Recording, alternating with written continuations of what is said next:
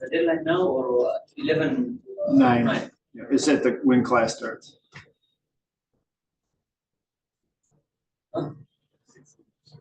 Yeah. It's not. Really? Yeah. Well, I thought it was tonight.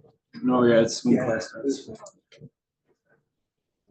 They have the AIDA. I tried to send a message for her. But that was,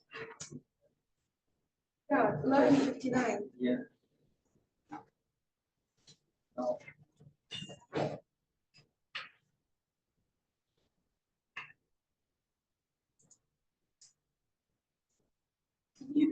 Right on this.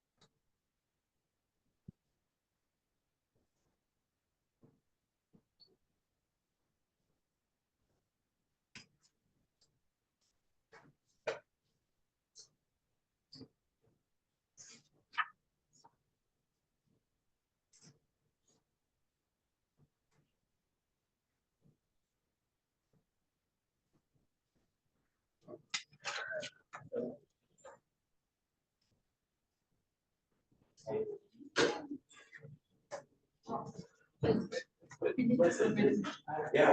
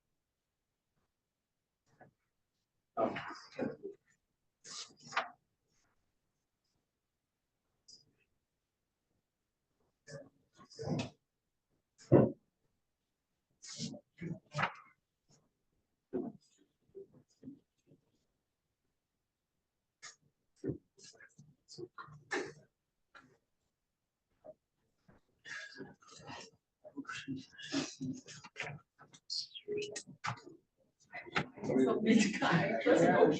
Yeah. We'll debate that. I solved it. No. Well, yeah. But I'm still check with my data. I want to write from Somali data. So I might get like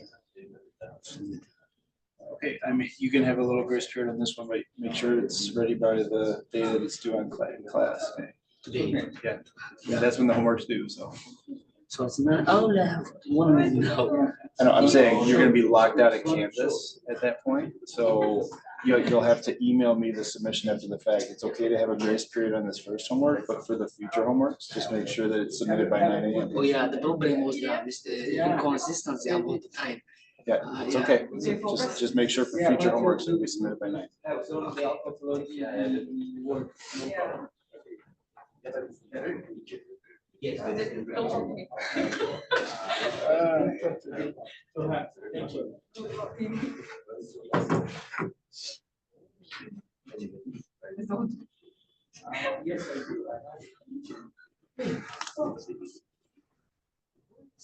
right.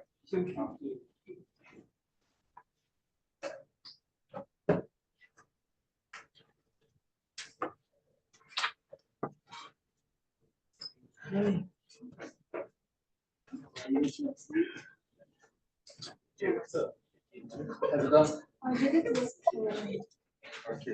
I think there's some. Yes.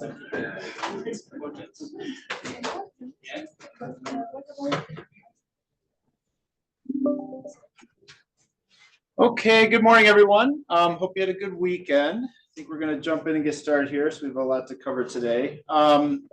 So thanks everyone for submitting homework number 1. I'm only missing a couple at this point. So if you haven't yet submitted by 9 o'clock, you'll have to email Young Chow and I directly.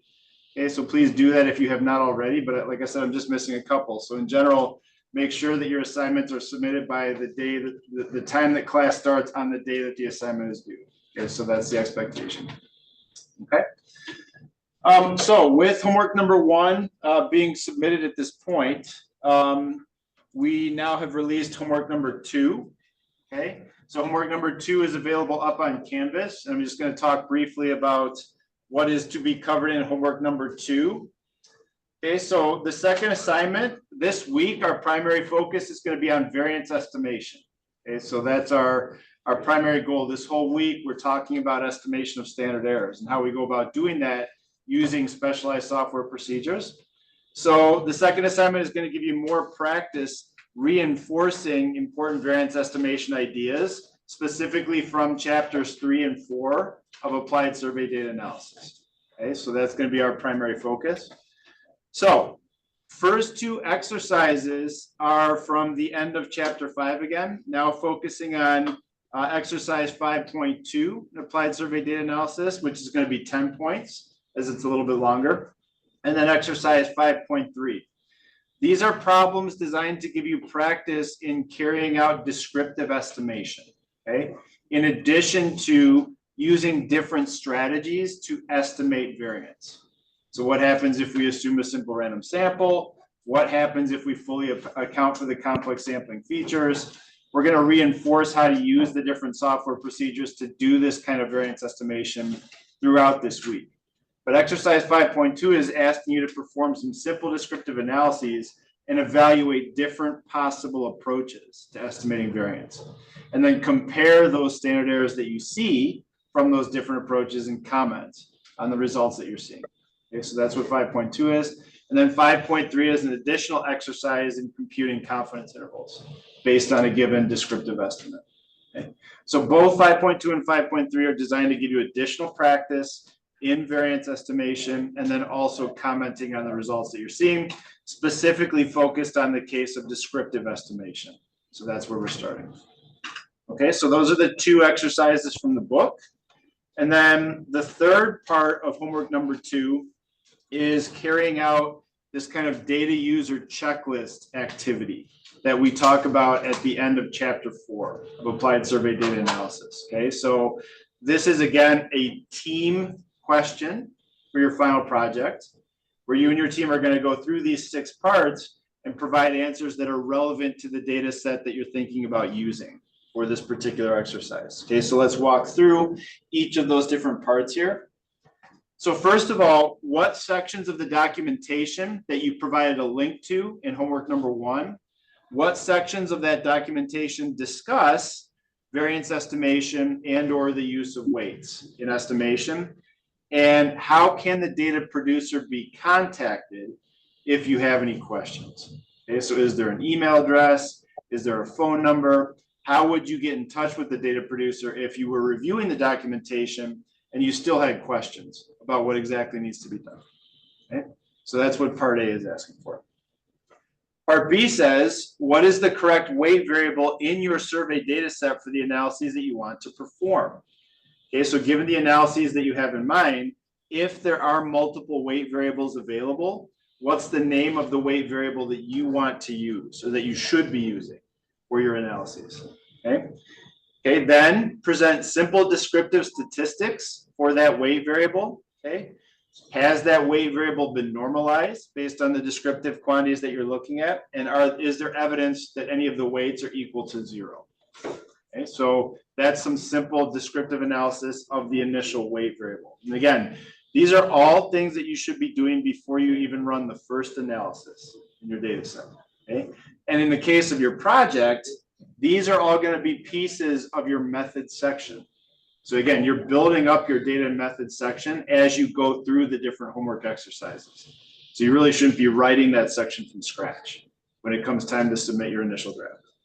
Okay. Okay, so that's speaking to the weight variable to use and its descriptive statistics. Part C says then, based on our discussion Friday, what are the variables in your data set that contain the sampling error codes? Okay. How many clusters did you have coming from each stratum? How many strata do you have? And that, given that information, how many degrees of freedom are available for variance estimation? Okay, given those features of your complex sample design. Okay. If those codes are not available in your data set, do you have access to replicate weights? That's something else we're going to be talking about this week, is the use of replicate weights for variance estimation. Today, we're going to start talking about Taylor series linearization as one way of estimating variance. Okay, so part C is not speaking to the weights. Part C is speaking to the variables that have been included in your data set to capture that sampling error calculation model that we discussed on Friday. Okay. Part D then says simply list the variables that you're planning to analyze in your data set. Okay, so what are the variables that you and your team have picked out to actually analyze when you're sitting down with your data set?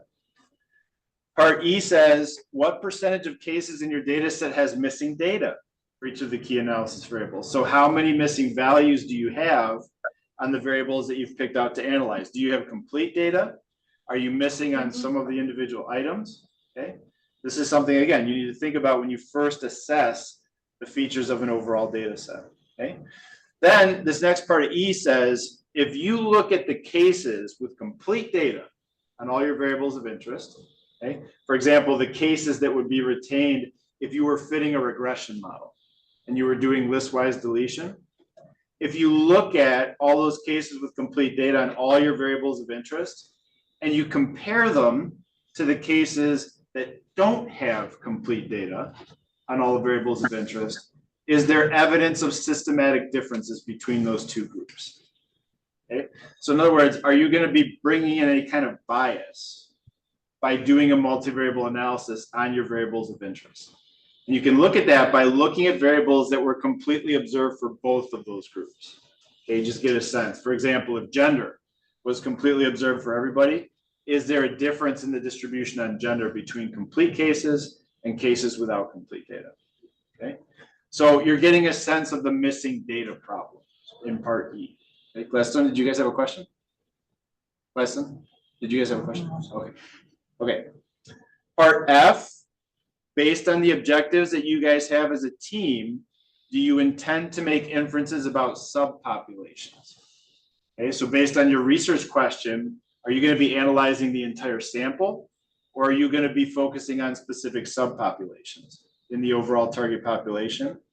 If so, define those subpopulations and then create indicator variables in your data set, those 1-0 variables that indicate who belongs to your subpopulation and who does not. Okay, so that's another essential first step in getting into these kinds of analyses, is not deleting cases that you don't care about, okay, but keeping the entire sample and forming an indicator variable for those cases that you wish to focus your analysis on. Okay, all right, so again, basically with assignments 1 and 2, you're more or less writing the entire method section. All right, so that work is being done via these exercises. Okay, so any questions? That's it for homework number 2. It's just this one page here.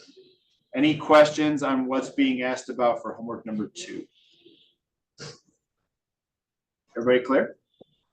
Questions online about homework number 2? Okay, so this is going to be due next Monday. And again, as a reminder, 9 a.m. the day that the assignment is due, that's when it needs to be submitted on Canvas. If you don't submit at that point, you'll be locked out and you'll have to email us directly. Okay, so let us know if you're having any issues with that. Okay, questions at all about homework number 2? Any questions? I'll make sure everybody's clear. 9 a.m. Yep, that's when it's due via Canvas. Okay, and if there's an assignment that's due on a Friday, that'll be 10 a.m. whenever the class starts. Okay, any questions about homework number 2? Okay. All right, let's turn then to today's topic, which is variance estimation. Okay, so far we've talked about the use of weights in estimation. Okay, we've talked about design effects, complex sample designs, those basic properties of complex sample designs. We talked about the critical t-value that you need to form intervals. But so far we've been just taking it for granted that we have a way to compute the standard error of a given weighted estimate that we're going to use for inference, for hypothesis testing, for forming confidence intervals, etc. The focus of this second week is how to estimate variance that reflects the complex sampling features. Given that we have those stratum and cluster codes and we have the final survey weights in the data set, how do we go about actually computing the estimates of variance? And what procedures are the software using? All right, so we're going to start our discussion today with the ideas of Taylor series linearization as usually the default technique that these specialized software procedures are using to estimate variance. And we're also going to talk in more detail about the software that's available, different software options in Stata, SAS, R, etc. Okay, that's available for sampling error estimation. All right. Okay, so today's lecture is a little bit mathy. I'd say this is the most math that you're going to see in this particular class for over the course of the 8 weeks. But don't worry if it's been a while since you looked at calculus or anything else like that. I'll walk you through exactly what's going on here. But the idea is to give you the background of what's happening when something like linearization is implemented in practice by the software and how that procedure is accounting for these complex sampling features. Okay, so definitely ask questions if anything's not clear about the formulas, but we're going to take a little bit of a walk back to calculus, maybe back to high school, maybe back to college, and maybe it's going to bring back some nightmares, depending on how you and calculus got along, but that's essential for understanding the idea of linearization. Okay, but first things first, variance estimation, okay, when we work with linearization in particular, focuses on the variances of linear statistics. Okay, that's where the whole linearized terminology comes from. We want to do what we can to take the variances of linear statistics. Okay? We want to turn everything into a function of linear statistics. Why do we want to do that? Because when we have a linear statistic, we can write down variance formulas directly. We don't have to do any kind of iterative computation or anything like that. We can leverage known formulas for complex sample designs to write down the variance estimates. We've already seen what some of those formulas look like when we talked about complex sample design effects. Like we talked about the stratified sampling variance formula and how it didn't make any use of between stratum variance. That was an example of a linear statistic. Okay? Taking it one step further, here's another example of a linear statistic. This is the unweighted mean based on a stratified sample with equal size clusters. Okay? So the reason we call it a linear statistic is just a linear combination of the observed data. Okay? So if you break down this sum, here's our stratum weight. Remember that WH is the stratum weight, what fraction of the population is in stratum H. And then we're summing these means for each of the individual strata. A sub H is the number of clusters sampled in stratum H. B is the number of elements sampled from each of those clusters. So this is just the sample size in each stratum in the denominator here. So we're just looking at the weighted sum of those means. Okay, if you rewrite this using all the constants, remember WH is a constant, known with certainty. A sub H is a constant, that's a design decision. B is a constant, that's a design decision. This whole thing is a constant. We're just multiplying the observed totals in each of the different clusters by a constant. This is just a linear combination of the observed data. That's why we refer to that as a linear statistic. When you have a linear statistic, we can write down a formula for the variance of that linear statistic. We don't have to rely on approximations or anything else. Okay, and this is just a variation of what we saw previously applied to the case of cluster sampling within Strata. That's why this looks more complicated. Okay, we still have that WH squared, that's that constant piece out front. Everything else in here too is making use of the squared constant. The piece that I want to focus on is this between cluster variance in the cluster totals. Okay, take a look at the input pieces to this variance calculation. Nowhere in this formula do you see the individual micro data. Okay, nowhere you see reference to an individual data value. This entire variance formula for the stratified cluster sample entirely relies on the cluster specific totals, Y sub H alpha. That's the total of the variable Y for cluster alpha. Those cluster specific totals, that's the input information that we're using to compute this variance. And that's why the degrees of freedom are a function of the cluster totals, not the microdata, because we're using the cluster totals to actually compute the variance in the case of the stratified cluster sample. So again, that's why we have limited or reduced degrees of freedom, because they're a function of how many clusters we have in the design. Okay? No matter how complicated these formulas get, they still boil down to the between cluster variance in terms of totals of interest. So that's what's being captured here. And that's why our degrees of freedom are reduced in this case. So if we can rewrite complicated estimates as a function of these linear quantities, we can actually write down these variance formulas and plug in the values that we have from our sample to compute them. Okay? Sorry, can you, I want to say something? Yeah, Jupiter. Can you just review how AH and 1 over AH and 1 over AH minus 1, how? Yep. So we're taking the variance, the between cluster variance within a stratum of the totals. So what you're seeing here is essentially the between cluster variance of these totals. This is like the sum of the squared deviations around the overall mean divided by the sample size minus 1. Okay, that's this overall piece here. Okay, that's like what you see if you were in a simple random sample and you looked at the variance, like the element variance within. That's the variance within a given stratum of those totals. Okay, that's what you see there. Okay, this is just a re-expression of that squared variance around the mean of the totals. Okay, that's this piece here. 1 over b squared is taking the variance of this constant. Okay, then there's another a sub h squared that's part of this variance calculation that cancels with one of the a sub h's in the denominator here. That's, again, making use of that constant. Okay, so there's a couple steps before this leading to that point, but some cancellation results in this basic idea. This piece, oops, if you hold aside the b squared, this piece here, and then this piece here, that's like the sum of the squared deviations around the mean of the totals.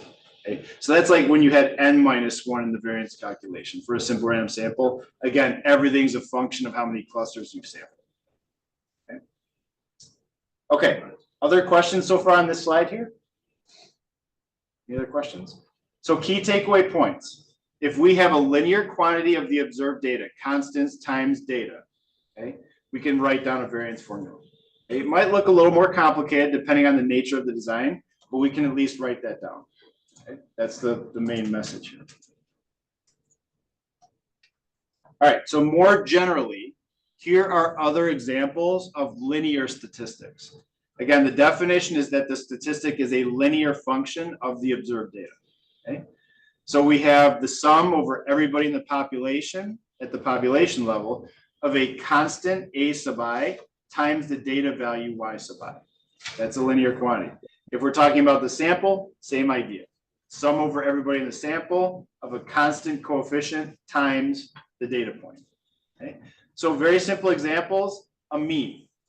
The population mean, that constant A sub I, is just 1 divided by capital N. Okay? And we're just summing over everybody that 1 divided by capital N times Y sub I. That gives us the population mean. If we want to write down the sample mean, same idea, but we're using 1 divided by the sample size. That's a constant because the sample size is fixed by design. Okay? Idea of a population total, the constant in the case of the population quantity is just 1. Okay, that's a linear statistic. If we're coming up with an estimator based on the sample, simple estimator, multiply each individual data value by the population size divided by the sample size. That gives us a sample estimate of the population total. Again, A sub I in this case is a constant, the pop size divided by the sample size. So all of these are linear statistics. For all of these, we can write down a formula for the variance of that quantity. Okay? That's the key thing. We want to translate everything to known formulas given the sample design. That's the idea of linearization. Okay, so arguably the most important linear statistic that we deal with in terms of these stratified cluster sample designs is the sample total. They've written here just as the sum across all strata, okay, across all clusters within a stratum, across all individuals within a cluster of those individual data values. Okay, we're just adding up all the values in the variable of interest across all the strata, the clusters, and the elements within the clusters. Okay. Given that sample total, we can write down a formula for the variance of the total, just as before. Okay. This one's a little bit more simplified because we're not talking about a mean. Here we were talking about a mean. There were more constants involved. We had to look at that between cluster variance in terms of the overall means on the variable of interest. Here, this is even simpler. Here, we're just talking about the total across everybody in the sample, simpler variance formula. Okay, okay, so we have A sub H over A sub H minus 1 out in front. And again, that same between cluster variance in the totals, just re-expressed here. Okay? So again, this whole piece, multiplying by A sub H out in front, this whole piece is no different from what you'd see when looking at the element variance in a simple random sample. The input data is just the cluster totals, not the micro data. We're just rewriting that expression for the element variance in the form of cluster totals. Okay. So we look at the between cluster variance within a stratum in terms of these totals. That's the input for the variance estimation.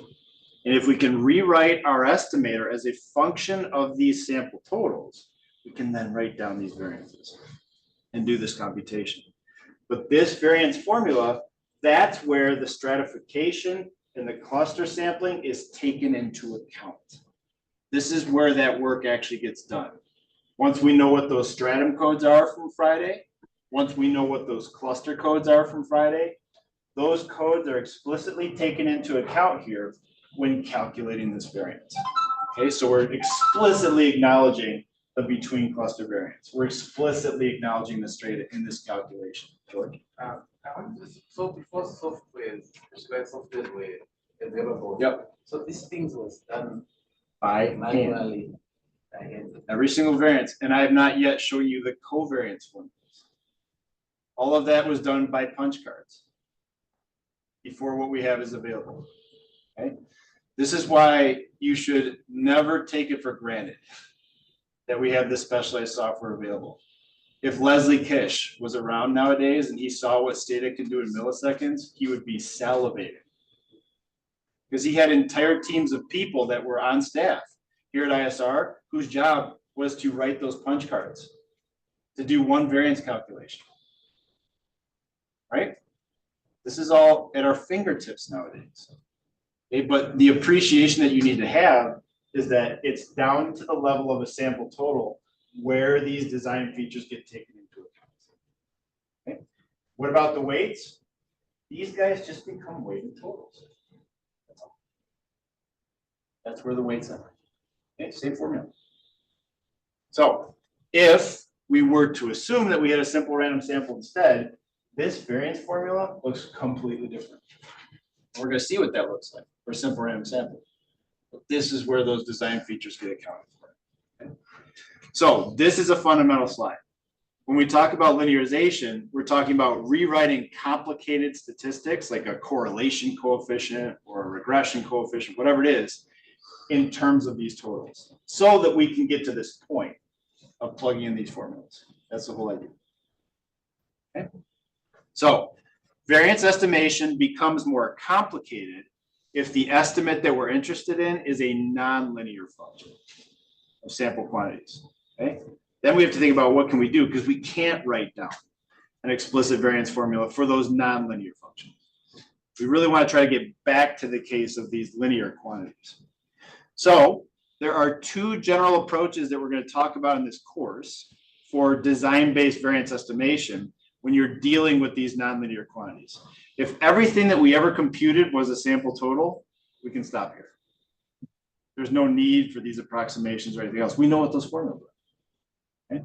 It gets more complicated when we're interested in something like an odds ratio, okay, or a path coefficient in a structural equation model.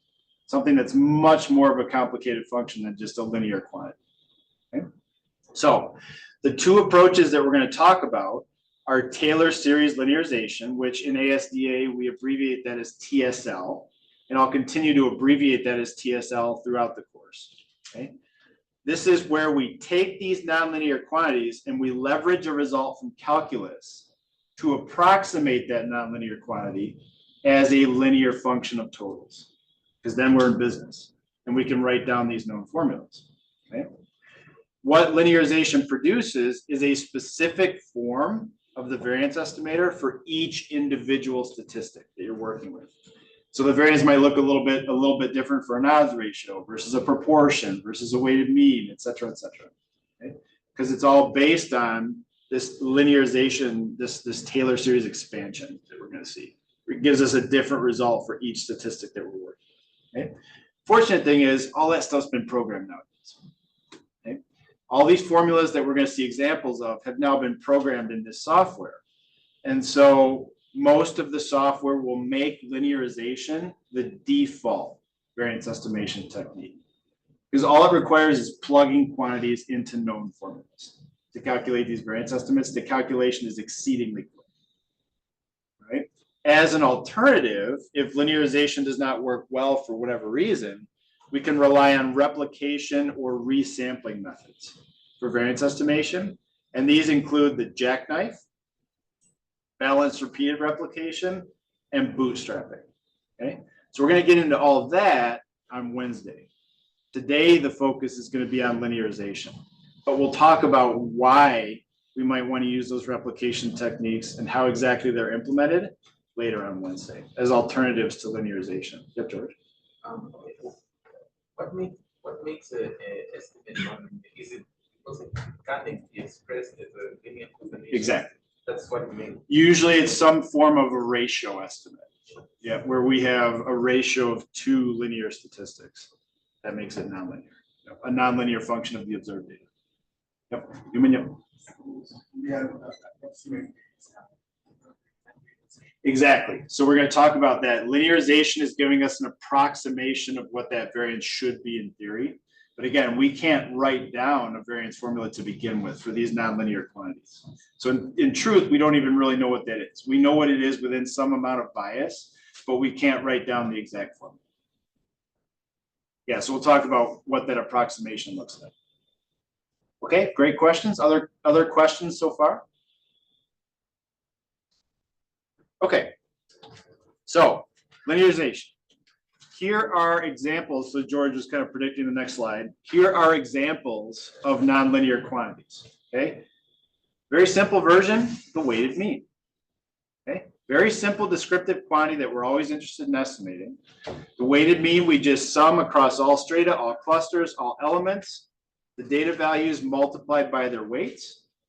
And then in the denominator, we sum all the weights. across all the striated clusters and elements. We've seen this formula already multiple times.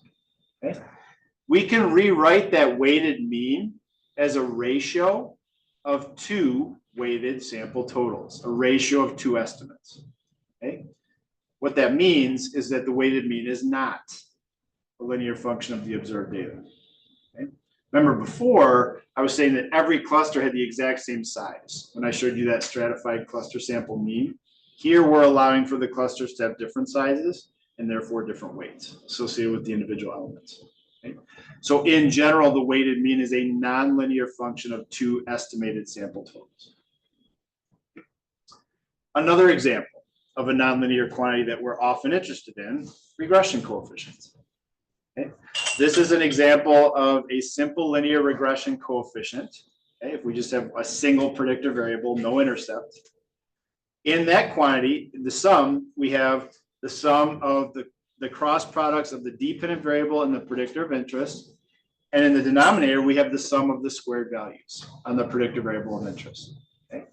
That is a ratio of 2 sample totals. So again, George, the issue is usually that you have a ratio of totals of some form that defines the estimate of interest. If we want a weighted population estimate of that quantity, we just multiply each individual's contributions by their weights in that formula. And then we just have a sum of weighted totals instead of unweighted totals. Either way, it's a ratio of 2 random variables. Okay? So many common statistics, correlation coefficients, proportions, many common statistics ultimately become ratios of estimated sample quantities. And that makes it difficult to write down the variance with any certainty. Okay? We need to come up with an approximation of what that variance looks like. Okay, so going back to calculus. Again, bear with me, depending on the relationship that you had with calculus. But the whole idea of Taylor series linearization is based on the idea of a Taylor series expansion of a given quantity. Okay? So here's the basic idea, and we're gonna adapt this to what we're talking about with nonlinear functions of estimated sample totals. Okay?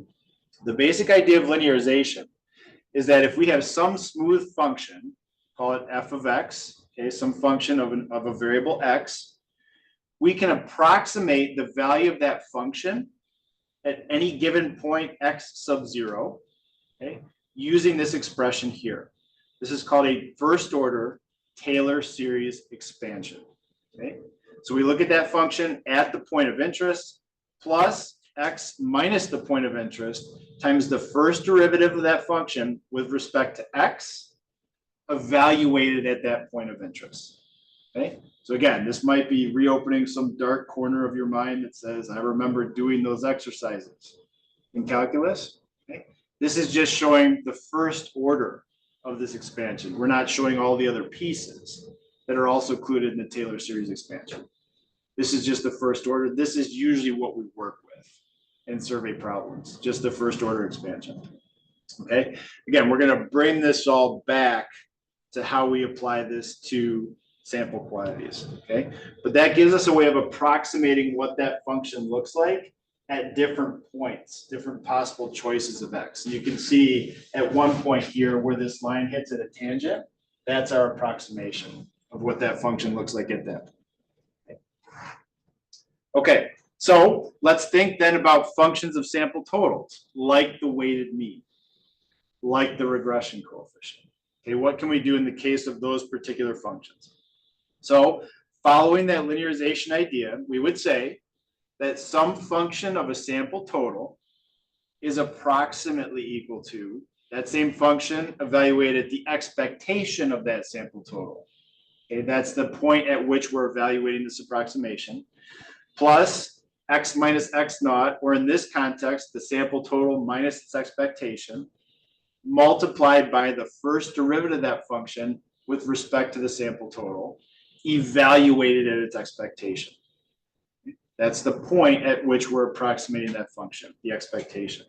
So all I'm doing here is I'm rewriting that result on the previous slide in terms of sample totals. Okay, we have the actual sample total, then we have its expectation. Okay, So another result for variance, we talked about this with the formula for a stratified sample mean.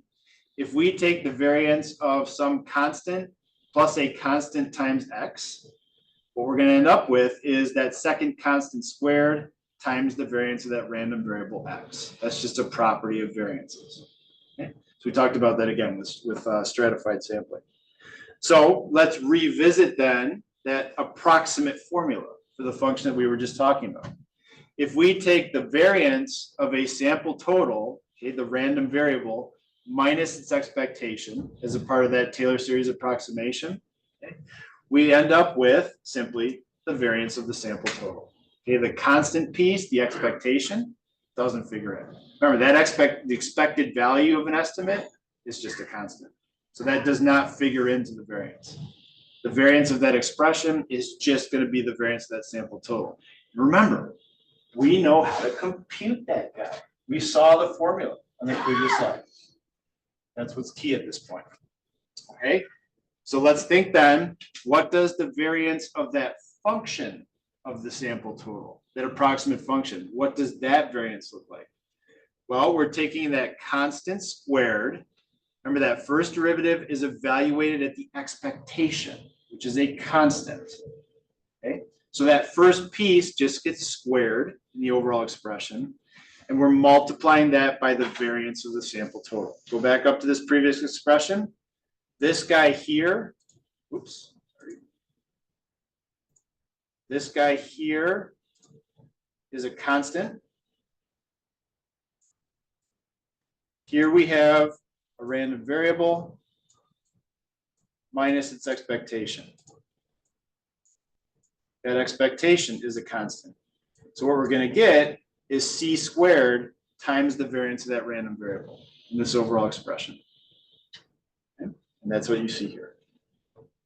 That's what we're leveraging in order to do these computations. So we know how to calculate this guy, right? We saw that formula on the previous slide. The question is, where does that first derivative of the function of interest with respect to the sample total evaluated at the expectation? What do we plug in for that constant? That's the open question in terms of this overall calculation that we need to figure out. Okay. All right, let's make it even more concrete. Let's take it back to the weighted mean. Remember, we saw the expression for the weighted mean, a ratio of two weighted estimates of totals. Okay. When you have a function of multiple variables, you're basically doing the same thing twice with that first order expansion. You're just taking derivatives with respect to each of those two variables. Okay, again, this might be reawakening some dark memories, but just take my word for it right now. Okay, when you're doing a Taylor series expansion of a function of multiple variables, this is what that first order expansion would look like for that function.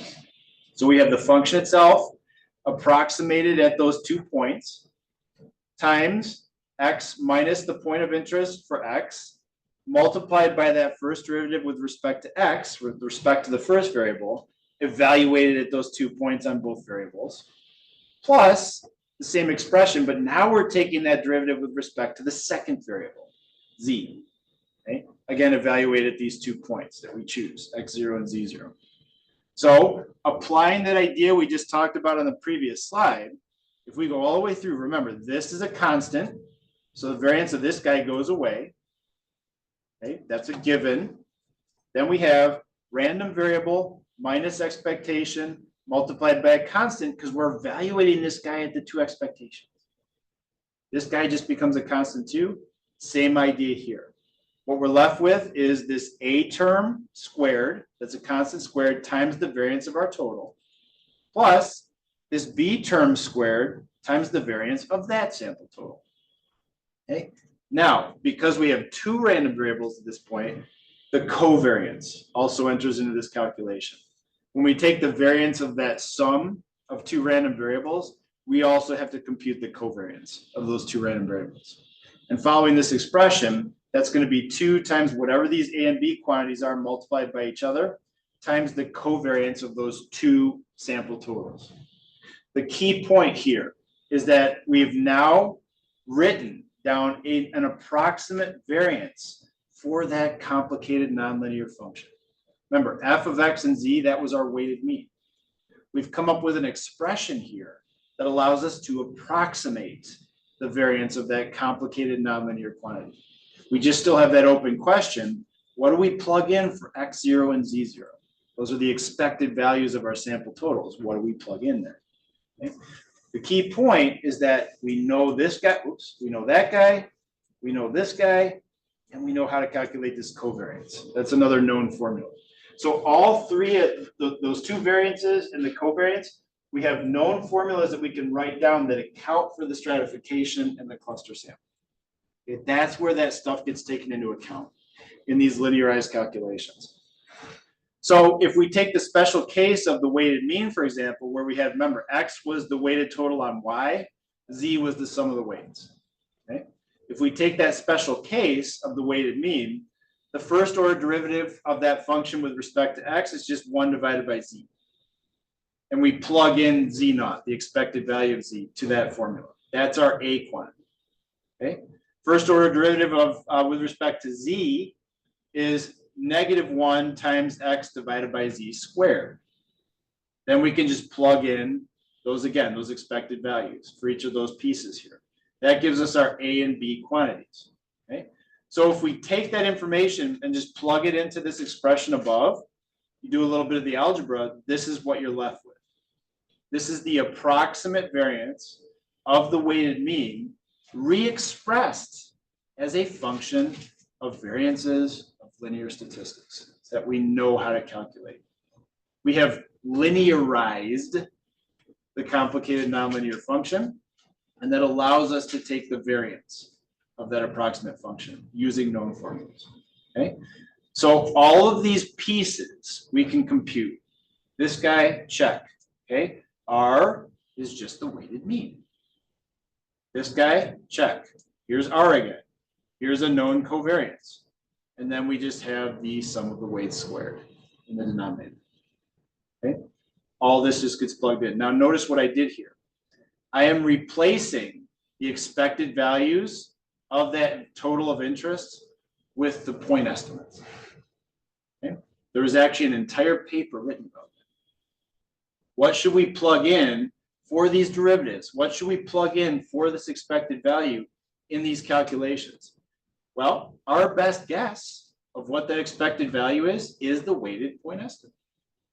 As long as that estimate's unbiased, we're using those weights, we can plug in that point estimate of the sample total for X0 and Z0. Okay? So what that boils down to is just plugging in the weighted means and plugging in the sum of the weights in the denominator here. Now we have an approximate variance where we can just plug in every piece of this quantity based on estimates from the sample data. Okay? That's the beauty of the linearization idea. No matter how complicated that nonlinear estimator might look like, an odds ratio, okay, a quantile, right? We're going to see what these formulas for different estimators looks like. No matter how complicated, we can leverage this result, come up with an approximate expression as a function of totals, and write down the approximate variance using these known formulas. But everything comes back to these known variances and covariances of linear statistics. It all comes back to that. Hence the name linearization. Okay, so just some notes here. Remember that X0 and Z0 in this expression, those are expected values of the total in this context. So we're just plugging in our best possible unbiased estimate for each of those totals in the overall formula.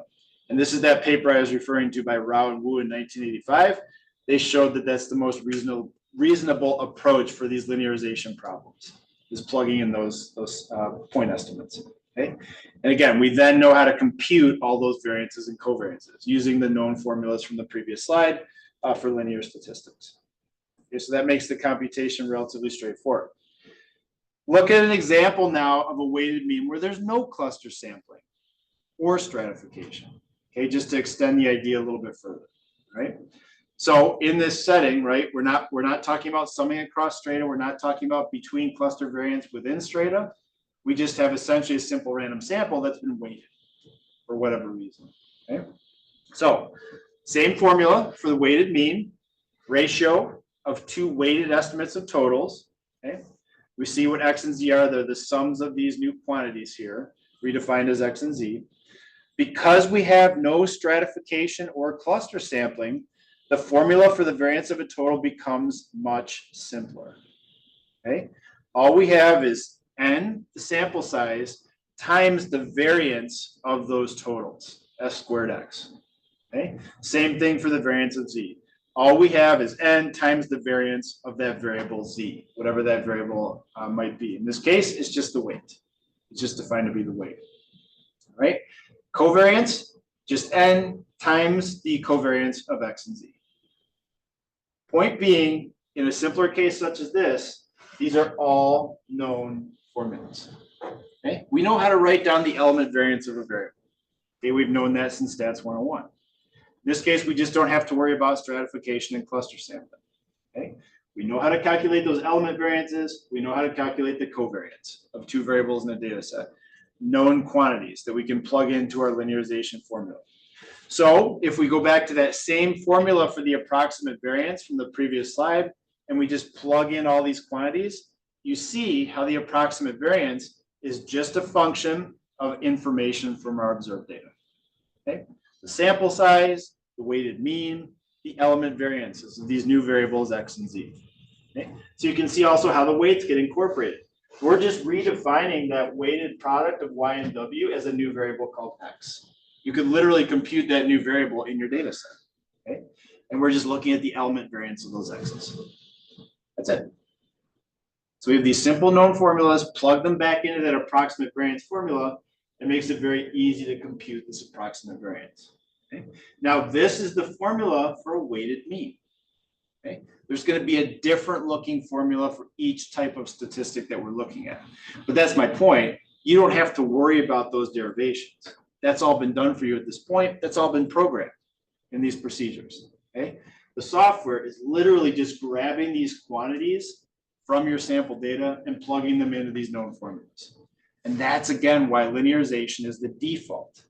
It's the easiest thing to do computationally at this point to fully account for the complex sampling features. We're just plugging in these known quantities. Okay? No matter how complicated that estimator might be. So this is just reiterating what these formulas look like for these new variables. Okay? All you're looking at are formulas for the variance of a variable. That's it. And then the covariance. Okay, so that shouldn't be anything new. Okay, so let's just look at a simple example of carrying out this computation for a simple data set of 5 observations. Okay, so for these 5 observations, one variable is the weight. You see it takes on values 2, 3, 1, 2, and 1. One variable is the Y variable of interest, for which we're computing a weighted mean. And then we're creating this new variable just to demonstrate how the calculations are carried out, just multiplying the weight by the individual Y value. Okay, so the goal again is to calculate this weighted mean in this particular case. All right, so taking the weight multiplied by each individual data value and dividing by the sum of the weights, the weighted mean is 14. Okay, using those formulas from the previous slide, calculate the element variance of this new X variable, the element variance of the weights, and then the covariance of those two things. Here are those 3 pieces. And then plugging all of that back into the linearized formula for the variance of that weighted mean, the result is 8.67. Okay, so if we were to write down a 95% confidence interval for that population mean based on this sample, we would take the weighted point estimate plus or minus a critical t value. Why is that 2.78? Why is that so massive of a critical t value in this case? How many degrees of freedom do we have?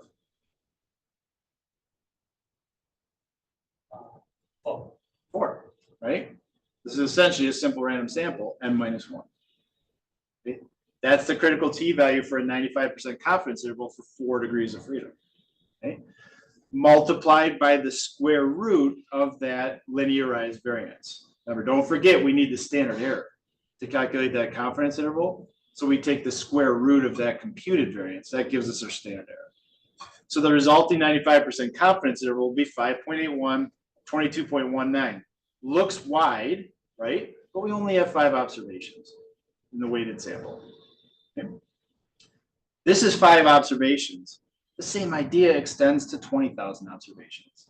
The computation at this point, very simple. Okay? This is just walking you through in the case of 5 observations. Okay? And if in fact we have a stratified cluster sample, these formulas just become what we saw in the previous slide today. Sum across the strata of the between cluster variance and the totals multiplied by this cluster sample size minus the cluster sample size minus 1, or divided by the cluster sample size minus 1. Okay. So just different known formulas for the variance depending on the sample design.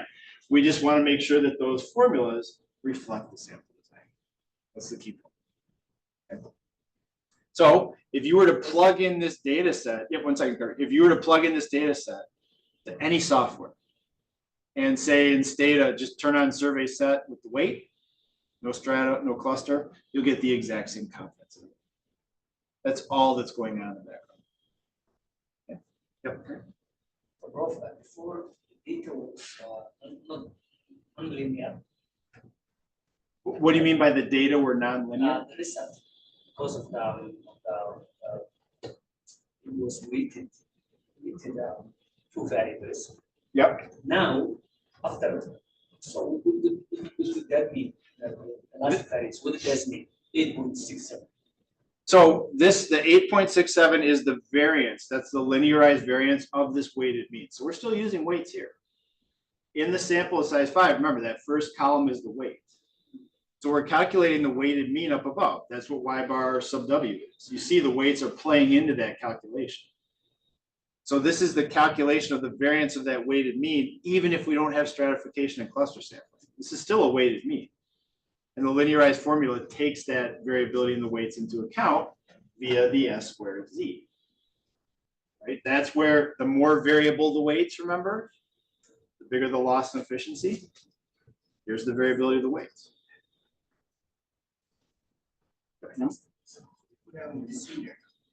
Yep. The same formula will change.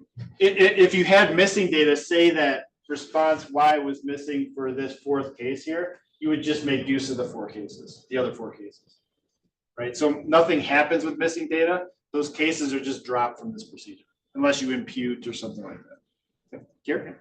So to clarify, the variance of the weighted mean here, we approximated to Taylor linear series.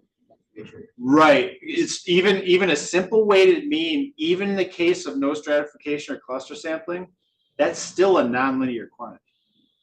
And since this is an approximation of the variance, Yep. will it still be unbiased or will there be? We're going to come back to that. So the question here is asking, how good is that approximation? We're going to see how to check that. Yep. So that's the next step. Okay. Now, again, let's take it a step further. Suppose you have a stratified cluster sample design with 2 ultimate clusters or PSUs per stratum. We talked about that as a common form of a sampling error calculation model on Friday. Okay, oftentimes those sampling error calculation models lead to a data set where there are 2 cluster codes per stratum because it enables balanced repeated replication, it simplifies computation, it protects people against disclosure risk, variety of different reasons to do this. Okay. When you have 2 clusters per stratum, all of the linearized variance calculations simplify greatly. This is the key point. Those formulas that we talked about for the variance of a sample total become much, much simpler. So one of the things that Kish showed and why this kind of approximation is so important is it simplifies the calculation of these linearized variances back in the day of punch cards, right? Where people had to do these calculations by hand. If you provide a design with 2 cluster codes per stratum, look what happens to the variance calculations, okay? Remember, we're still talking about weighted quantities. X and Z are weighted quantities. X was the product of W and Y. Z was equal to the weight, okay? So these are still weighted quantities. If we have 2 clusters per stratum, this is just how we would write down that weighted mean. It's just rewriting it to show the totals for each of those 2 clusters. But in this setting, if you define these quantities, the difference between the 2 cluster totals, that's dx, and the difference between the 2 cluster totals, that's dz, okay? You can rewrite that linearized variance in the way that you see here. Okay? Just some algebra. everything simplifies much more easily. And when you have the two clusters to calculate, you just have to calculate that squared difference in the totals, right? And then sum that across all the strata, right? This made life a lot easier in the 60s, 70s.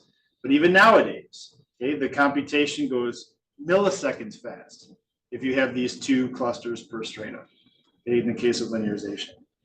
So the linearized formulas just simplify greatly if you have these two clusters per stratum.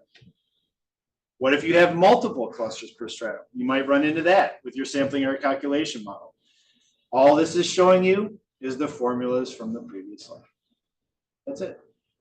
I'm showing you that exact same formula for the totals on X.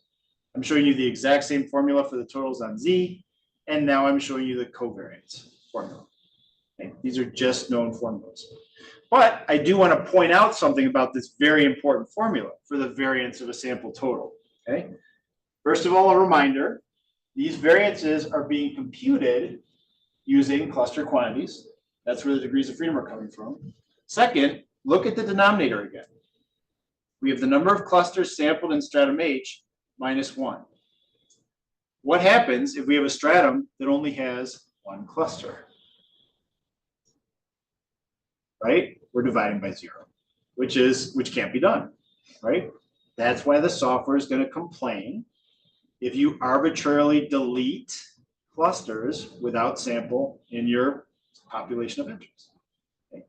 That's why the software is going to complain if the data producer gives you a sampling error calculation model where one stratum has only one cluster.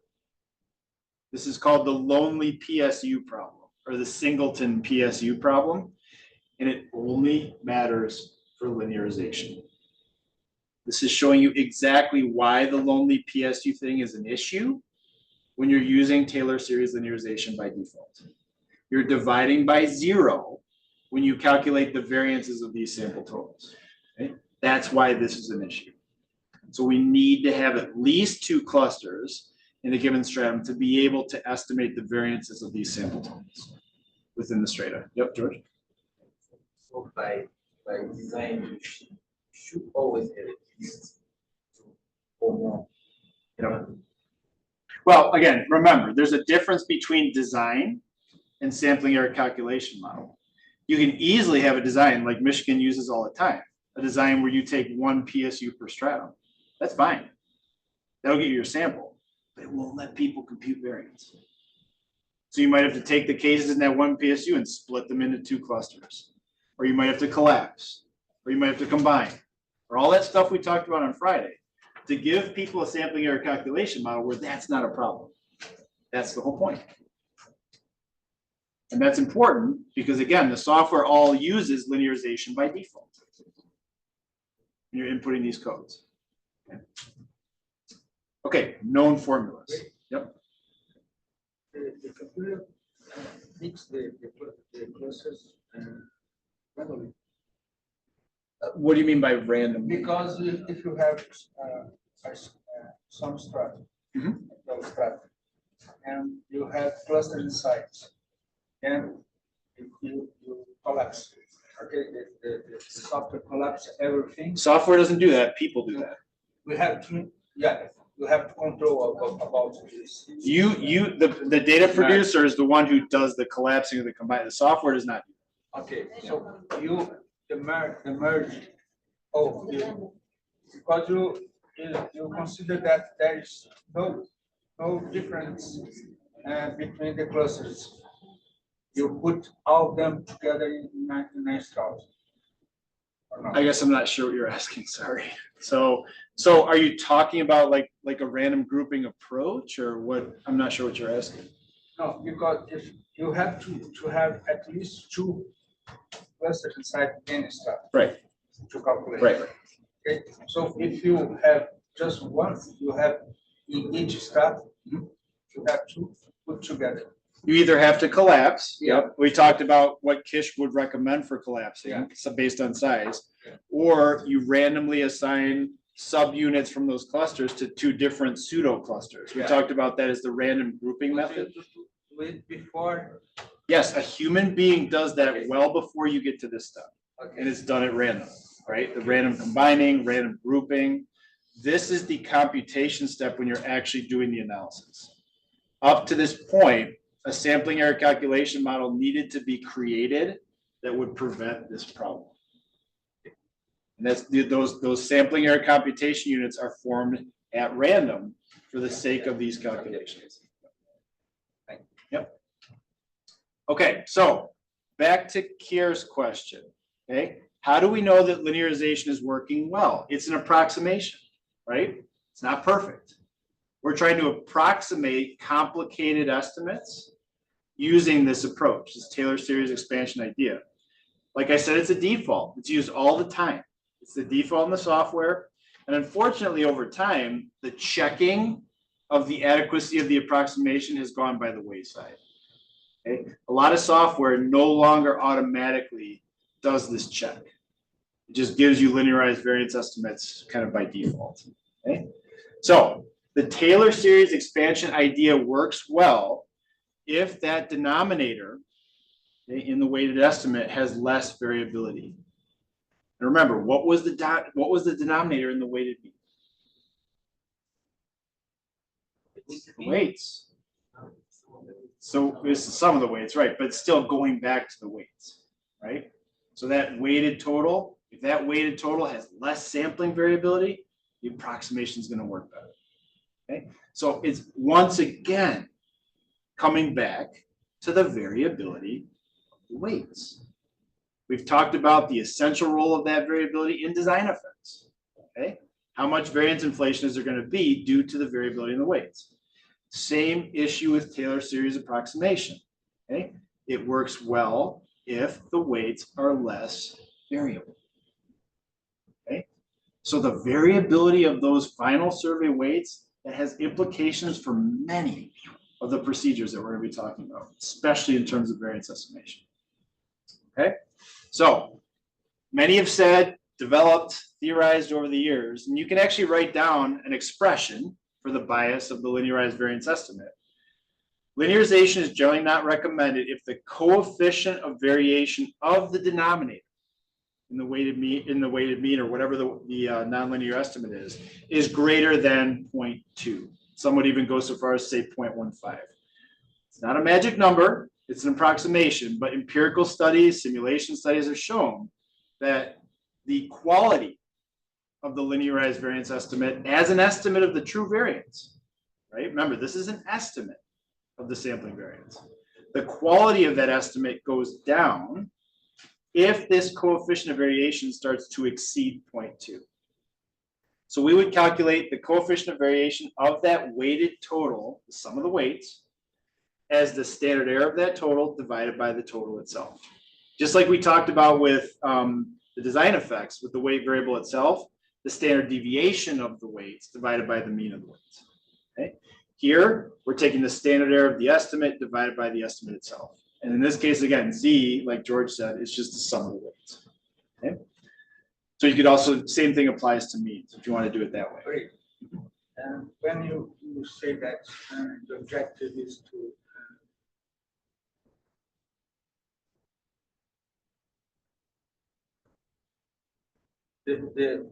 diminish the variation between the weights, decrease the variation between the weights, is the same as decreasing the variation between the number of elements inside each cluster. No, that's not what I'm saying. No, those are different. That's a choice by cluster sampling design. Weighting amend. Remember, weighting is a function of non-response adjustment, post-stratification, all that other stuff. That all has implications for how variable the weights are. So that's a piece of it, is how many are sampled per cluster, whether that's fixed in each cluster, etc. That's a piece of it. Okay. But remember, there's all those other adjustments that impact the variability of the weights. So it's a part of the story, but not the whole story. And we want to try to minimize that variability of the weights. Okay, so this calculation, right, we're talking about the sum of the weights. But if you calculate that coefficient of variation, what that boils down to is the standard deviation of the weights. Here it is again. Okay, divided by the mean, multiplied by the square root of the sample size. Okay, we need these guys to be less variable. Okay.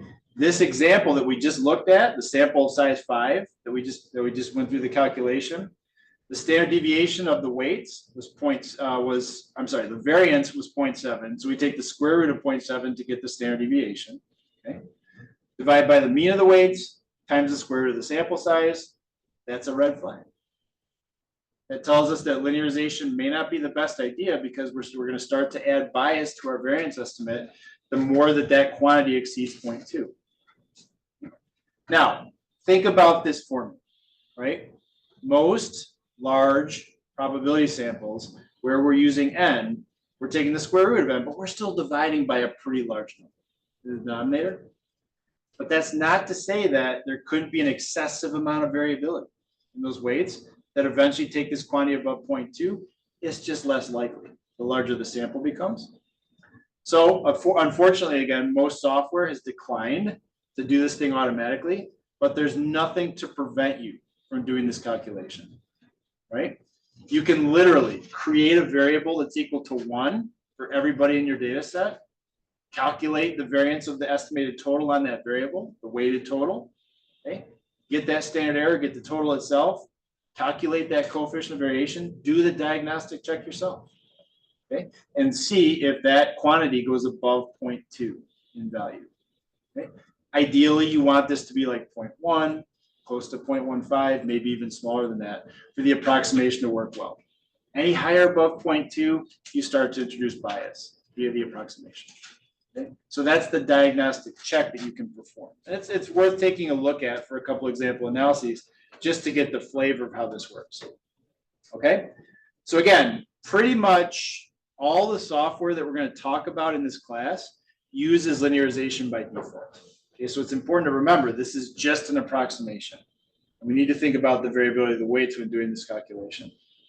Okay, and if this breaks down, that's why we might want to consider these alternatives: replication, jackknifing, balanced repeated replication, etc. So we're going to talk about those on Wednesday. Okay, question, yep. Is that why adjust the weights are somewhat adjusted? Is it maybe because of that?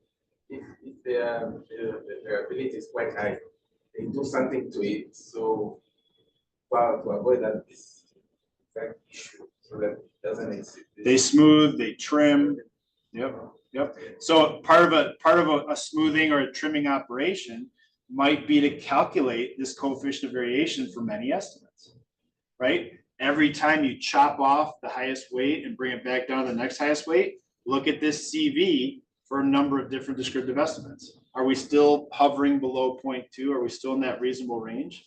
And so forth and so on. Yep. It's a very useful diagnostic, again, because linearization is the default that people are using for variance estimation. So variability of the weights, very important in our business here. Okay.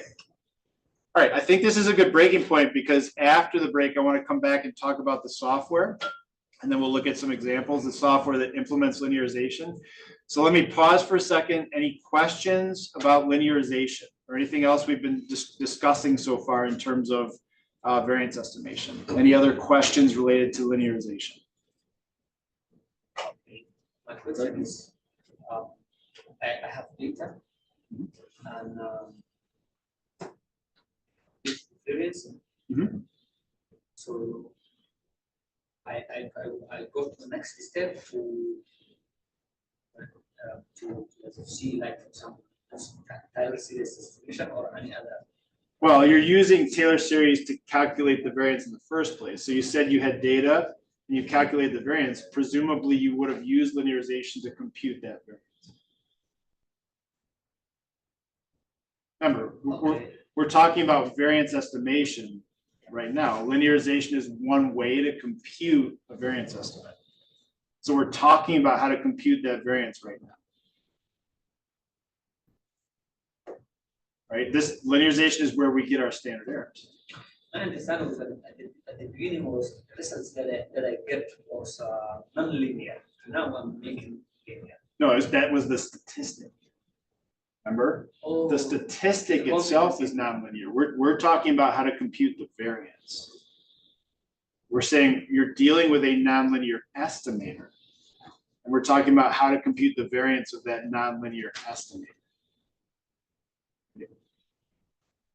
Okay, so we're linearizing the estimate itself and then taking the variance of that linearized form of the estimate. That's the whole idea of Taylor series linearization.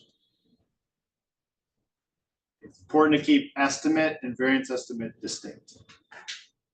We're starting with a nonlinear estimate that we can't write down a formula for the variance.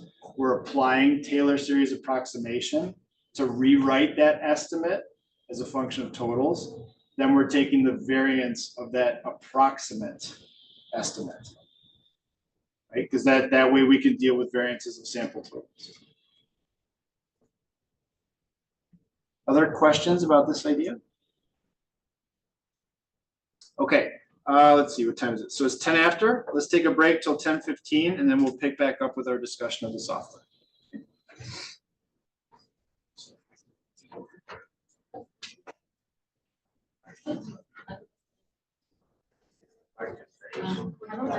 Yeah. I received this notification that the assignment is due at 11 p.m. today.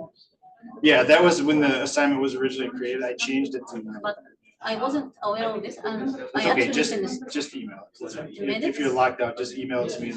But I'll wait. But for future assignments, they're always going to be due the day of at 9 or 10. Sorry about this, but it's email. I know, it's okay. Just. By email. Yep. Okay, thanks for understanding. Yep.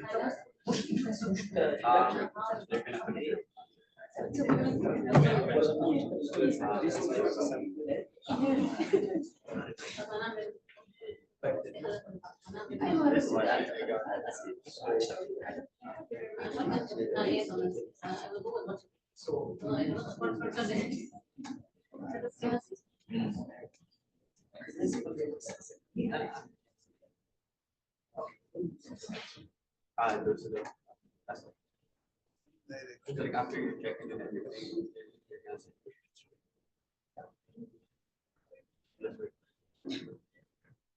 It just confirms that you basically sent all your documents and everything. Maybe they didn't submit that today. Yes, it is. They will send it tomorrow.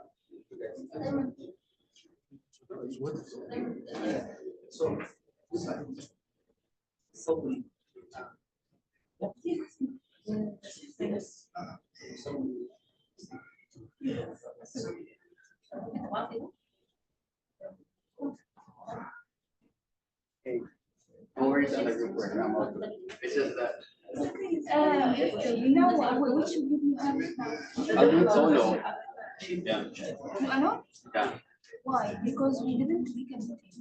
Just we have a state, Yeah. and I did them the state, and we talk about it. That's all. We didn't I'm make not kind of reading. When we were back with your place.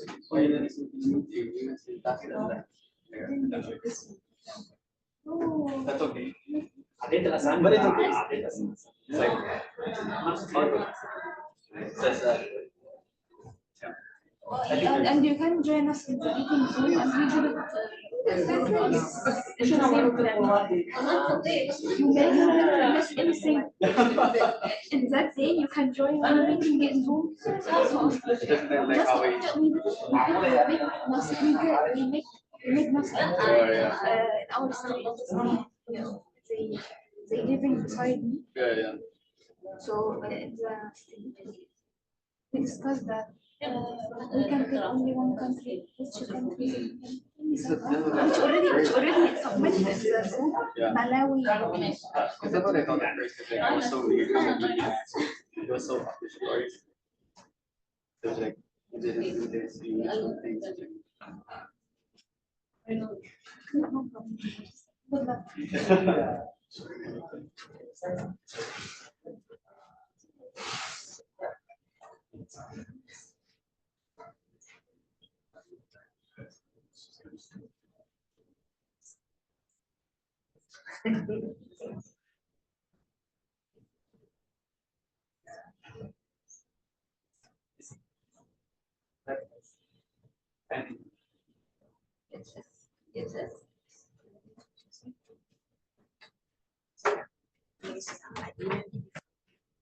Regarding the DID expression command. Yeah. Single structure.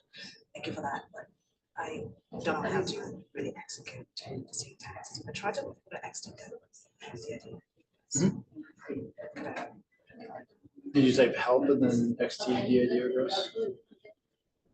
Type the command, type that command into Stata.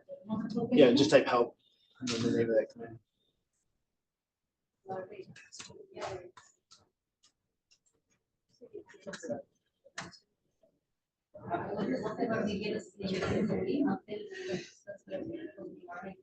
So just really, Well, I mean, you have to look at the examples, but yeah, that's the command I was referring to, because it seems like you can specify a weight. okay, And then you have various options for the clustering of the data. So you can specify a cluster code right, and then ask for robust standard errors. But like I said, that's not going to recognize the stratification. I'm not aware of any other procedure that is fully going to account for all the design features. So your variance estimates are likely going to be too large. But there's no other procedure I'm aware of that will do the design adjusted DID. this is something that I found on for Stata. And this is just suggestions. Students posted Okay. similar issues. But I'm not sure if it's correct because it doesn't really reflect well with the graph that we created. So I'm not sure which procedure you're talking about. So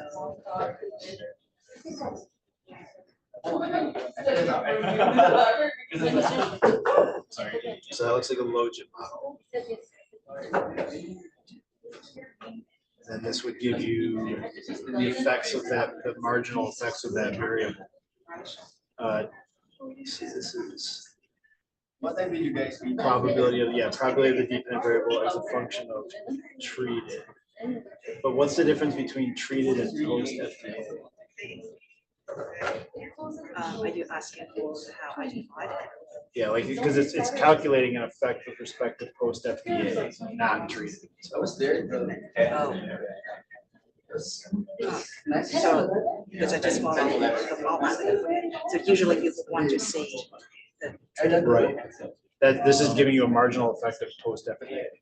I thought that would be my question, because I want to see the difference after the FDA announcement. Okay. Did you see the whiteboard? So I'm not sure why you're saying treated. That's all. What are these? Yeah. What did you say? I'm not sure why you're saying treated. Like I would just be looking at margins, DYDX post FDA if you were interested in that effect. Oh, okay. Okay, makes sense. Right.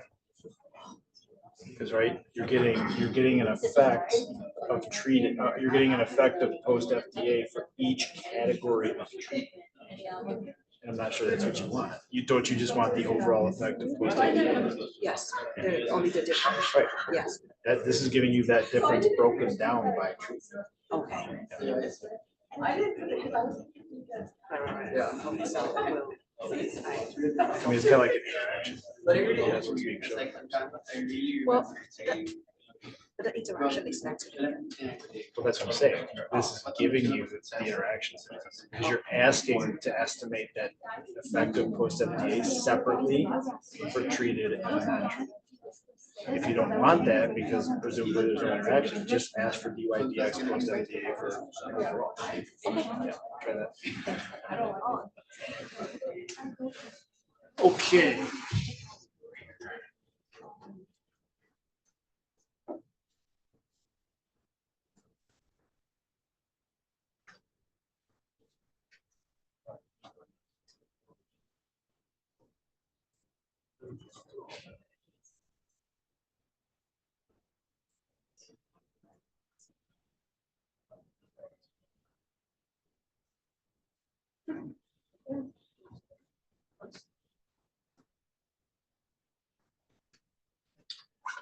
All right, we're going to start back up here.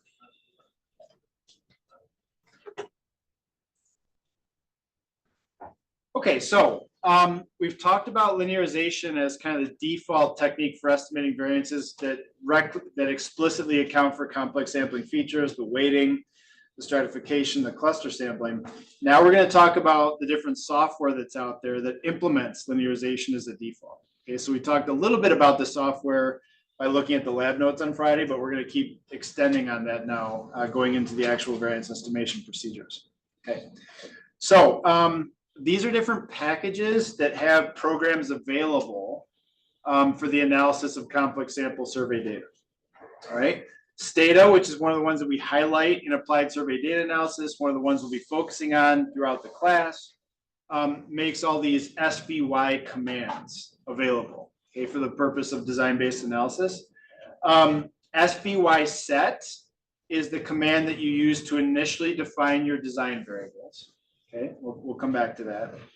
SVY DES describes the features of the design that you just specified. So that's a nice feature within Stata, is that once you set your design variables, the weights, the stratum codes, the cluster codes, etc., you can run SVY DES to get a summary of all those design features. So that's good for like degrees of freedom calculations, making sure you've verified the design correctly, etc. And then once you have those design variables set, you just simply have to add SVY : to all of your favorite analysis commands like mean, regress, prop, etc. Okay? And there are many additional SVY commands that you can use within Stata.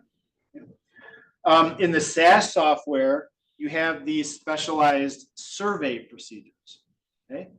Now, there's really 5. There's a couple relatively new ones like survey impute that are more for dealing with missing data problems, but these are the key analysis procedures.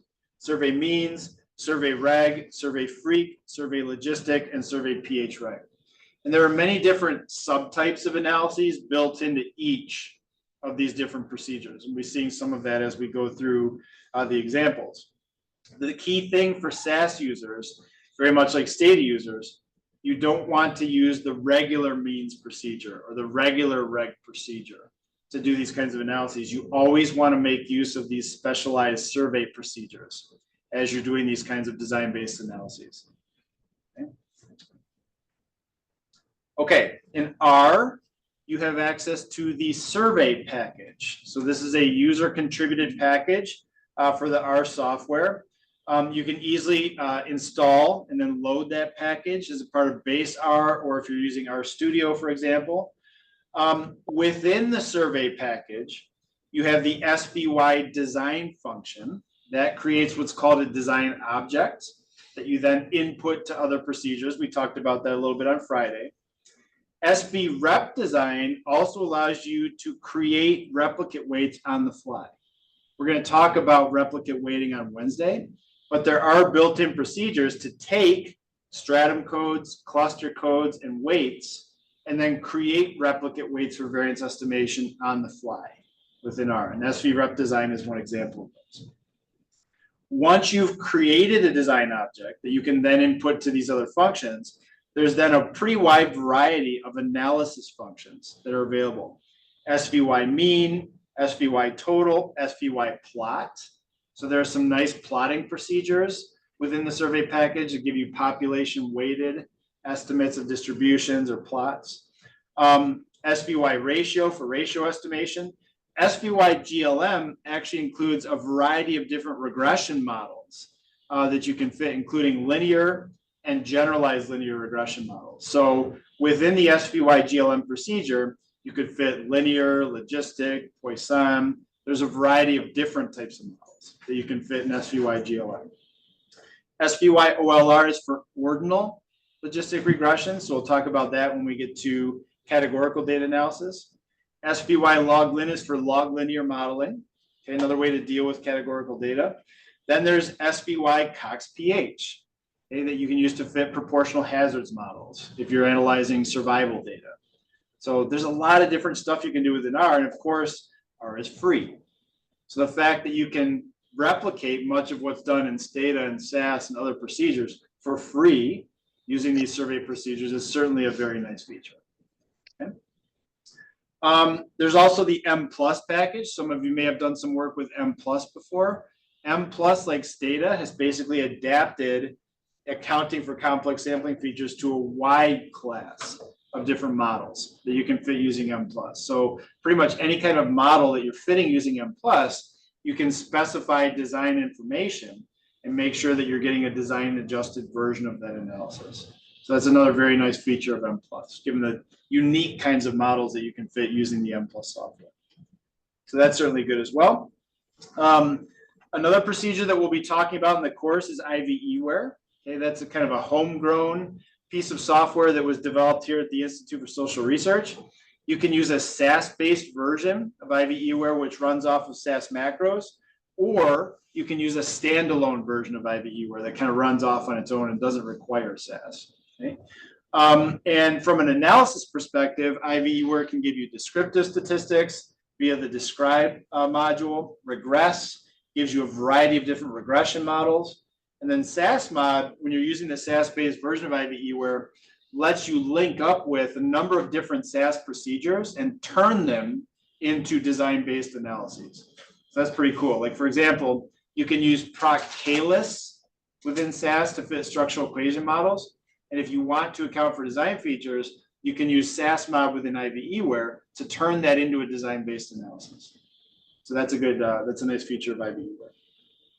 Sudan is another standalone piece of software developed by RTI here in the United States. And they provide a SAS-based version or standalone software. And variety of different procedures, again, descriptive analyses, cross-tabulation, regression modeling, logistic regression modeling. And like Stata, there's a number of different modeling procedures that are available there. So I've included the web link for Sudan if you want to learn a little bit more about that. Sudan, kind of a funky name. It's actually a pseudo acronym. It stands for Survey Data Analysis, SUDAN. Okay, so that's where the name came from. It doesn't really stand for any kind of acronym, but that's how they came up with that particular name. WestVer PC is a free product that was developed by Westat, another survey research organization here in the United States. This is kind of a point and click interface software that you can use for these kinds of analyses. So much like R, it's free of charge. You can download it. And then SPSS Statistics also provides a complex samples module. So as a part of the SPSS package, you can add on the complex samples module to do these kinds of analyses. There's more detail at spss.com. But you don't want to use base SPSS procedures. You have to use the complex samples versions of each of these procedures in order to do these kinds of analyses. SPSS is particularly problematic for trying to use the basic procedures to do weight analyses. I'd say this is one of the most common questions I've gotten over the years, and it has to do with normalized weights. When people are working with data sets with normalized weights, where some of the weights might be 0.3, 0.4, remember, they're scaled so that they have a mean of 1. If you're trying to use base SPSS and its base case weighting procedure to analyze data with normalized weights, base SPSS will round non-integer weights. Okay?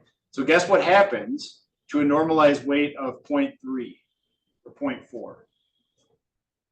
What happens when you round 0.3 or 0.4? 0, right?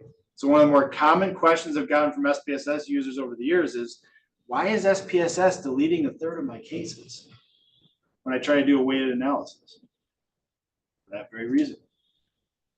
If a data producer has normalized weights, the base SPSS procedure, not complex samples, but trying to use those weights in base SPSS, they simply get rounded to 0, and you will just lose those cases. Okay? So there are all kinds of problems with that kind of approach. So it's essential if you or your colleagues are using SPSS to get your hands on that complex samples module to do these kinds of analyses. Okay? Otherwise, you're putting yourself at risk of lots of problems with the overall analysis. Okay, so let's talk a little bit more about Stata for the sake of descriptive estimation. We would use SVY:mean if we're interested in continuous, or in some cases calculating proportions on binary variables. If we're interested in calculating estimates of means, we would use SVY prop or SVY tab if our focus was categorical variables. If we wanted to estimate proportions or many different proportions for some categorical variable, SVY tab is eventually going to extend to contingency table analysis or cross tabulation. So tab can do one-way tables or it can do two-way tables. Okay, so it's kind of a multi-purpose procedure. Stata offers pretty much all the variance estimation methods that we're going to be talking about: linearization, jackknifing, balanced repeated replication, bootstrapping. Again, we'll come back to replication techniques on Wednesday. Another cool thing about Stata, you know, when on Friday, we talked about sampling error calculation models and how we use these simplifying assumptions for variance estimation, right? A one-stage sample of ultimate clusters with replacement, taking all the cases from within an ultimate cluster as if there were no subsampling, just simplifies all those variance estimation formula. You can actually input all of the stages of a design, including stratification factors at every stage of a design into the survey set command within Stata. If you really want to decompose your variance down into those different levels of a sample design, you're more than welcome to do that. What you're going to find empirically is that adding all those additional stages will hardly affect your results at all. So much is dominated by what happens at the first stage of a design that you're not going to really see anything change from that additional capability, but you can still do it if you want to within Stata. Okay. I have a question about this. I have a question. Sorry, Sarah, you're breaking up. Can you say again? Okay. I have a question. Okay. And I think I probably know the answer, but as we're talking about the survey software, the data set I am looking at, it does not provide a stratum or cluster information, but it does provide a survey weight, and it provides a set of 30 expansion factors, and recommends using jackknife replication for the variance estimation. I've got the code they give here that also, it doesn't, even the Stata has a survey set PS weight and JK with variance weights of 31 DE, but no strict cluster. I think from reading the book, I know the answer, but I'm assuming that I use what they say here, and I don't need to reference any clusters. I have no idea what they are. Right. Yeah, no, we're not there yet, right? So Wednesday, we're going to be talking about the replication methods. Today, we're only talking about linearization. But you're right, within Stata in survey set, you would just list all those replicate weights along with your final weight. And that's all you need to identify for the sake of variance estimation. But we're not there yet. Okay, sounds good. Just wanted to, yeah. Okay, thank you. Yep. Okay. Right, so we'll get into more Stata examples here, but I just wanted to mention that there is that ability to account for multiple stages of the sample design. All right, so here are some formal examples then in Stata and R of how you carry out this kind of descriptive estimation. Okay, again, all we're talking about right now is linearization. Okay, so that's the entire focus. We will get to replication on Wednesday. So the goal here, we're using data from the health and retirement study, and the objective is to estimate the mean total household assets in the HRS household population. Okay, so this is a household level variable.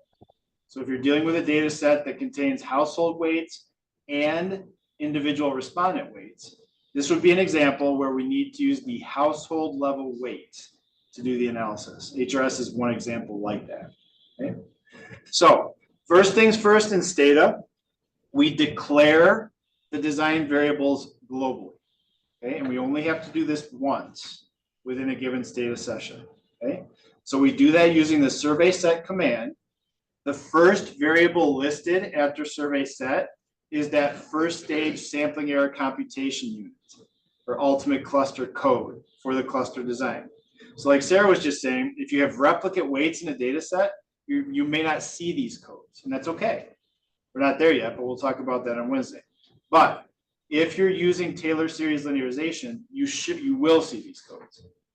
If you don't see these codes, that's a conversation for the data producer. Okay? There are examples of data sets where all you see are the weights, and that requires some alternative approaches. Okay? But let's assume, as is the case within the HRS, that stratum and cluster codes have been provided to you by the data producer according to a sampling error calculation model for the sake of variance estimation. Okay? So in the HRS data set, SICU is the name of that cluster code variable, sampling error computation unit. So that's the variable that contains the cluster codes within each stratum. Then in square brackets, we identify a P weight. So the P weight stands for probability weight. Okay? That's where we specify these potentially adjusted final survey weights for the sake of estimation. Okay? Not an A weight, not an I weight, not an F weight. We are only using P weights. Okay? So our choice, given that this is a household level analysis, is the household weight. And in HRS, they have different waves denoted by the first letter, but then HH or R, depending on whether it's a household or a respondent weight. Okay? So here, we explicitly say the use of the household weight, okay, for this wave. Then after a comma, that's where we indicate the stratification. So after the strata argument, or the strata option, I should say, inside the parentheses, that's where we put the name of the variable that contains the stratum codes for the sake of variance estimation. Okay? That's where we're going to get those gains in efficiency due to the stratification. That's where all those formulas are going to be modified to look at between cluster variance within strata. Everything's going to be happening within strata. Okay? And that's it in terms of globally declaring these design features. Okay? Now, all Stata's subsequent commands, when you say SBY, they're going to refer back to that global declaration in terms of where they get the design information. So if you need to change those commands or use a different weight, simply rerun the survey set to overwrite the last setting. Okay, everybody with me so far? Okay, so once you have those design variables set globally, then you would use the SVY colon versions of these commands. So by default, I could just say SVY colon mean, and then the name of that total household assets variable, HA tote A, in the case of HRS. But notice I'm modifying the SVY command. This is how you do subpopulation analysis correctly within these procedures. You don't delete the cases that you don't care about.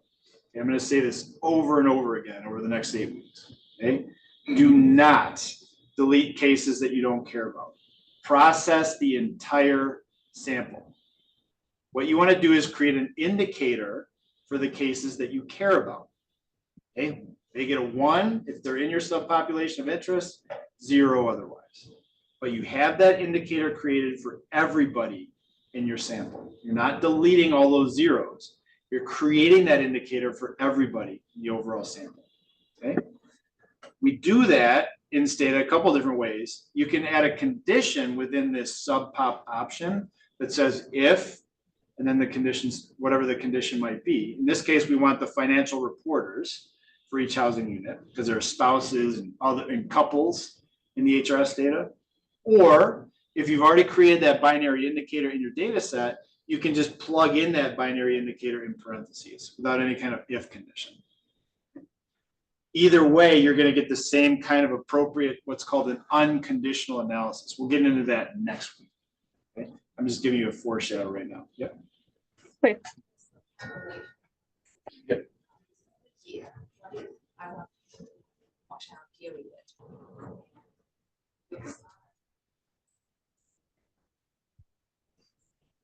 Yeah, if you're a lot of cases are being dropped because of missing this, you would want to create a subpop indicator for those cases because let's go back to linearization, right? Suppose in that washout period, an entire cluster was lost because of that period.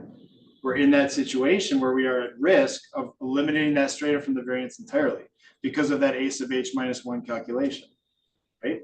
So even if those cases are being lost due to washout or they're set for missing for whatever reason, you still want to process the fact that that cluster existed in the first place.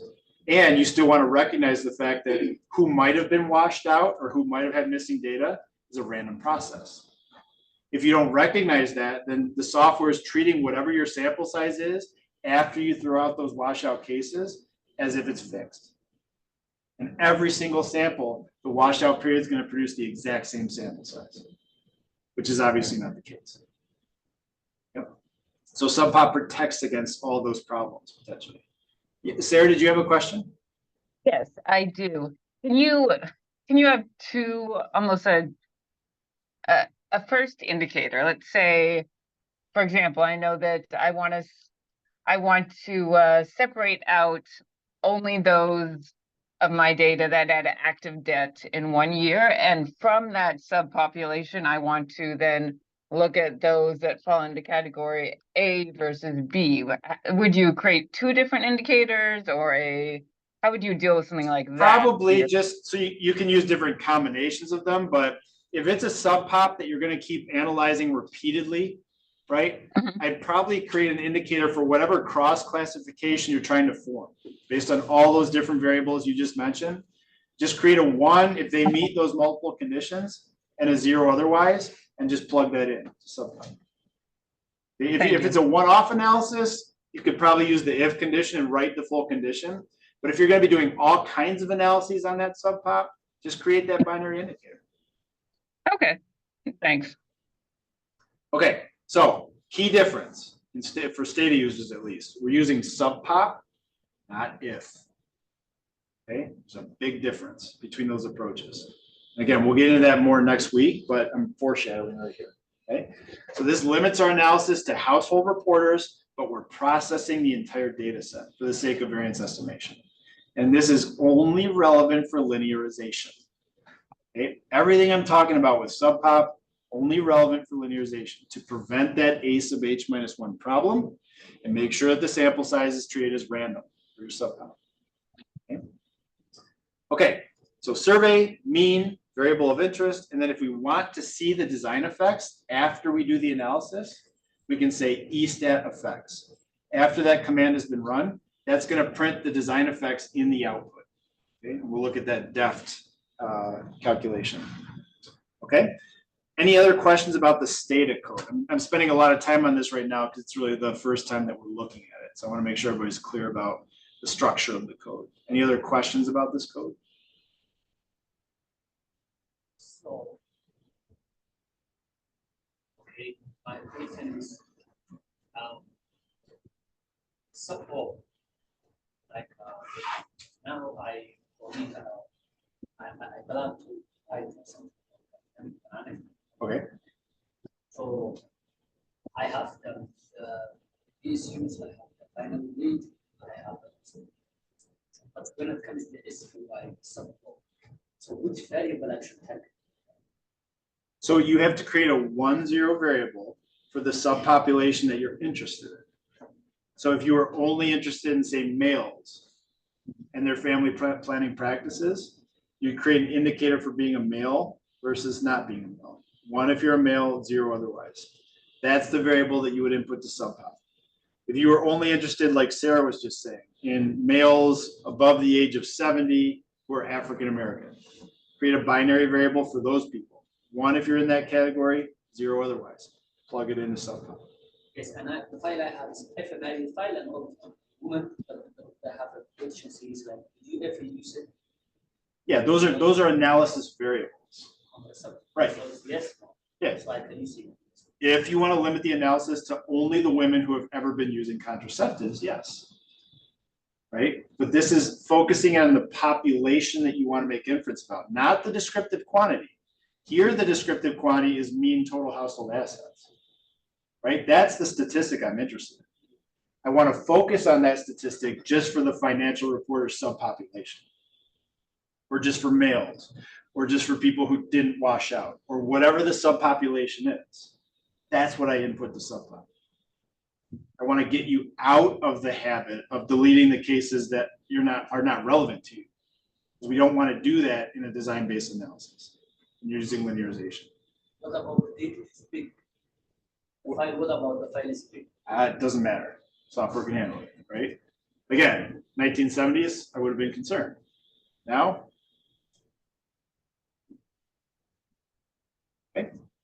okay, R. Those of you who might be using R, same basic idea.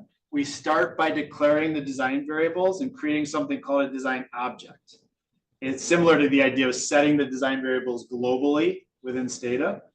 Okay, once we've loaded the survey package, okay, that doesn't come automatically with R. We have to load it. Okay, once you have it loaded, you have the SVY design function available. In that function, you declare the stratum variable as the strata argument, the cluster code variable with the ID argument. That's a little bit of a strange naming convention there, but the ID argument is for the cluster codes. The weights are specified in the weights argument. The name of the data frame object that contains your actual data. So this is the HRS data frame object. And then as I mentioned on Friday, nest equals T. That means that the cluster codes are nested within the strata. Okay, that's important to specify within R. Okay? And notice that each variable name starts with a tilde. Okay, that's just our convention because you can actually specify multiple variables in each of those arguments. Okay, so we got to start with that tilde. That's a common, when people are first using R, that's a common headache. Because people are just, I swear I have the variable right. I'm pushing enter and I keep getting an error message. You're just missing the tilde. Okay, once you have that design object, which you can call whatever you want, I called it HRS survey household. Okay, you can call it whatever you want. Then you have a variety of analysis commands available to you. One important command for subpopulation analysis is SVY by. SVY by will do a descriptive analysis or a regression model, whatever it is, separately for the different categories of some subpop indicator. Okay? Same unconditional idea, processing the entire sample, okay? Not deleting cases that you don't care about. So the way SVY by works, the first variable listed again after a tilde, that's your analysis variable. That's the estimate that you want. We want the estimated mean on total household assets. The second argument is your grouping indicator, your subpop indicator. So here in R, the capital I function just creates an indicator variable for whether a condition is true. Okay, similar to what I'm using with if in Stata. So I want the financial reporters, and that's going to give me output for both financial reporters and non-financial reporters. I only care about the output for the financial reporters. Okay. Third argument, my design object. That's where I tell that function what the design features are that need to be accounted for in this analysis, the weights, the strata, the cluster codes. That's where the function learns about that information. And that's where the function gets the data for the analysis, okay? Fourth argument, I'm getting rid of missing values, okay? One of the things about the R survey analysis functions, if there's any missing values, any NAs, the output's all gonna be NA, okay? So you have to add that argument that says NA.remove equals true. So get rid of those missing values before you do the actual analysis. Stata will drop them automatically. Okay. Final argument, that's the analysis that I want to run for each of the different subgroups. So the final argument is actually a function. That's the name of the analysis function that I want to apply to each variable that I've listed. In this case, I just have total household assets, but I want to calculate the mean using the survey mean function. So that last argument is actually a function that I want to use for the analysis. Okay. So again, I go into all these lengths just to avoid the bad habit of deleting the cases that you don't care about. Okay, we've got to get into that mindset with these design-based analyses when you're using linearization. Okay, only relevant when you're using linearization. Okay, then afterwards, the R output's pretty sparse. I'm going to get my mean, my standard error, and so forth. I can get confidence intervals, design-based confidence intervals, by simply applying that confident function to the results of SVY by. I could have saved the results of that SVY by analysis in a different object and then just run confident on that different object. I just typed it all out. Okay, so that's the analogous R code to do that same kind of analysis that we were doing with Stata. Both will print the exact same output. And we showed that in the lab notes from lab 1. Okay? So here's the basic output. N is the unweighted sample size. So that's the unweighted size of the sample on which the population estimates are based. 56 design degrees of freedom. So this HRS data set had 112 clusters and 56 strata, 2 clusters per stratum. Okay. Our population estimate of the mean for total household assets is 527,000 US dollars. So on average in the HRS target population, that's the total number of assets that a given household will have, about $500,000. Okay. Then we see our linearized standard error, linearized by default. All that stuff we talked about earlier today, that's going into the calculation of the standard error of that weighted mean. So if we're going to report that standard error, we would say here is our linearized standard error, fully accounting for the design features of the HRS. Okay. We then use that standard error to form that 95% confidence interval, including the critical t value based on the weighted estimate. So you see that gives us a plausible range of values for what those mean total household assets might be.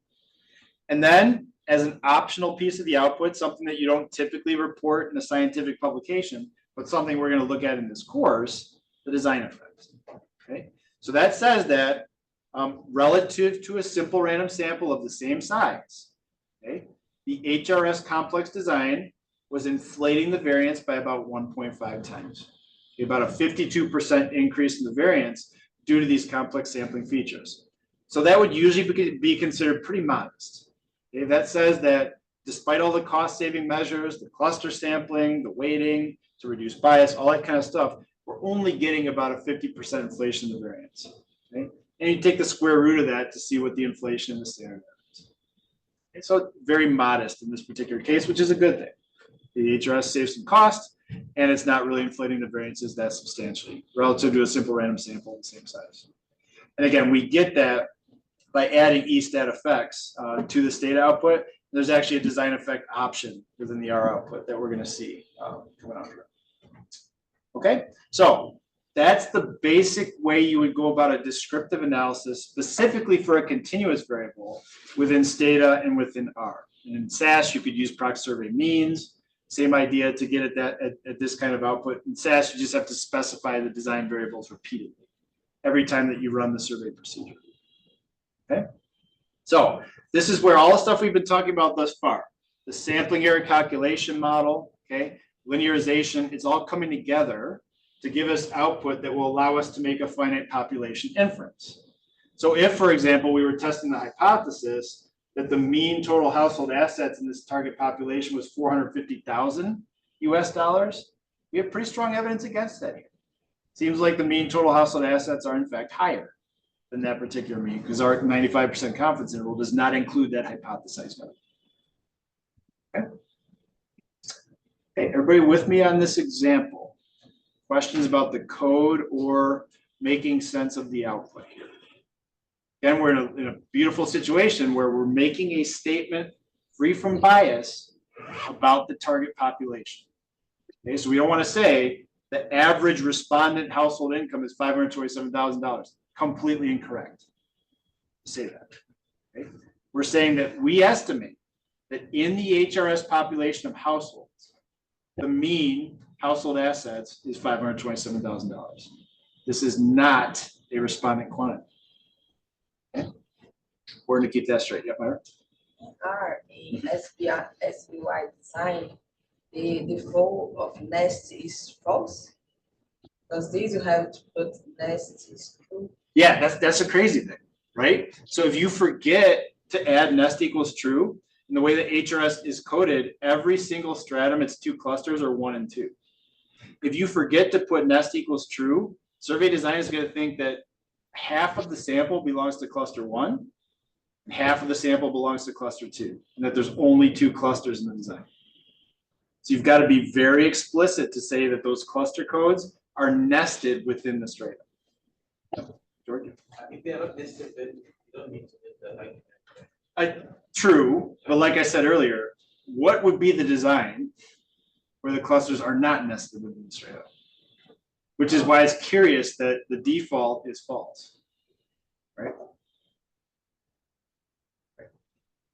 Other questions about this? Yep. Is there- Is the example for this data is available already on? No, this was actually based on 2006. So the HRS data set that is available on Canvas is 2012, but you could carry out a very similar kind of analysis. I think the variable name is even close to the same thing, right? So this is just a slightly older version of the data. The weight variable is going to have a different letter to begin with, like it would be N, I think, for 2012, or maybe it's something a little bit different, but you just have to change slightly the variable names and you can replicate the analysis. So SIKU and Stratum are the same throughout all the HRS data sets. Other questions about this example, the code, or the output? Yes, I have two questions. Oh, hang on. So Sophia first, and then yep, come back. Hi, thank you. I've been reading the data documentation, and the variable comes after survey set. According to the document, is the PSU, and in this Right. case, we use SIKU. Right. Do you mind to elaborate on that? So that's everything we talked about on Friday, right? So in general, state is expecting the first stage PSU there, but sampling error calculation models are often not going to give you the actual PSUs. You're going to have these combined, collapsed, randomly grouped, larger units that are really pseudo PSUs, okay? And so different data sets are going to give different names to those cluster codes. In the case of the HRS, those first stage cluster codes are called SIKUs. But in a different data set, they're going to be called something else. So that's a generic placeholder for where to put those first stage cluster codes. In the HRS, that variable is called SIKU. Some data sets, it might be called PSU, like ESS, for example. We saw in the ESS Russia data set, hopefully everybody saw that. We'll look at the homework.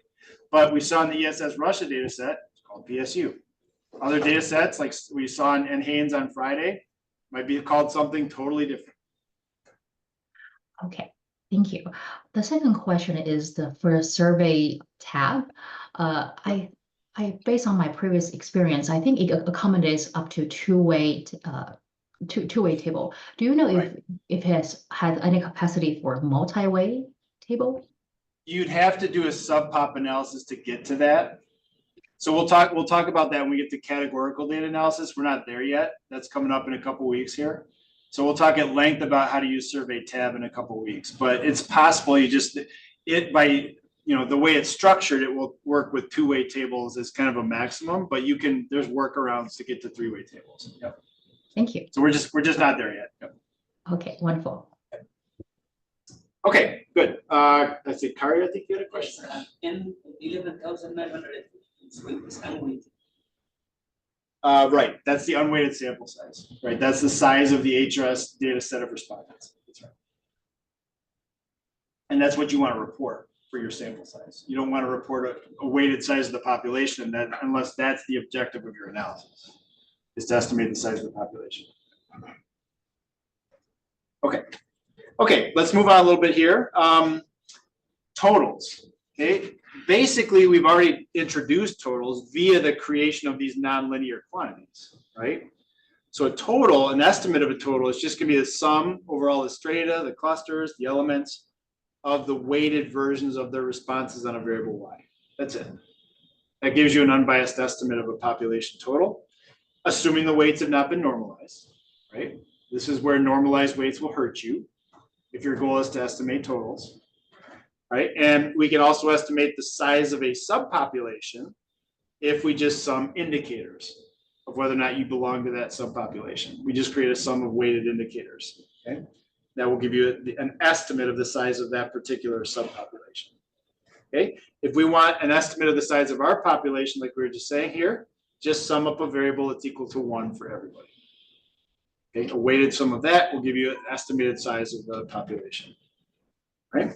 So here we're looking at a problem where the objective is to estimate the total number of persons that have had a lifetime major depressive episode separately for subgroups defined by marital status. Okay, so that's our research question. We want to see if different groups defined by marital status have different counts of individuals who have ever experienced a major depressive episode. Okay, and we're doing this based on the NCSR data. It's up and available on Canvas. All right. Now, one of the things we noted last week about the NCSR data is that the weights have been normalized. Okay? So given our objective here of estimating population totals, we have to undo that normalization before we get to the point where we can actually estimate the population total. Okay? So this code is showing you how you would go about doing that if you're working with a data set with normalized weights and your research team is wanting to estimate a population total. Okay? That's the point of this example, right? So the very first thing we do, we create a new variable called pop weight. We do that in Stata with a gen command or a generate command. That creates a new variable in the data set called pop weight, which is equal to the original normalized final survey weight multiplied by this ratio. This ratio is the size of the population that was used for sampling. Okay? It might require working with the data producer to get that quantity, but that's the size of the target population that was used for sampling. That's not just a random made up number. That actually came from the current population survey in the US at the time the NCSR was conducted. Okay? That population size divided by the size of your sample, 9,282. Okay? That undoes the normalization of those weights and allows us to work with a population scale weight again. Okay? I pray for the day when this no longer has to be done. Every data producer in the world should not be computing normalized weights. It offers nothing. Okay? But you'll run into data sets that still do that, so you need to take this step. Okay? Now that we have the population scale weights, I declare the cluster code, like Sophia was just asking. Here in NCSR, that PSU variable, or its approximate version, is called SE cluster. Completely different name from everything else we've seen so far. But that first stage cluster code variable is going to be SE cluster. Then in square brackets, we put our population scale weight, not the normalized weight.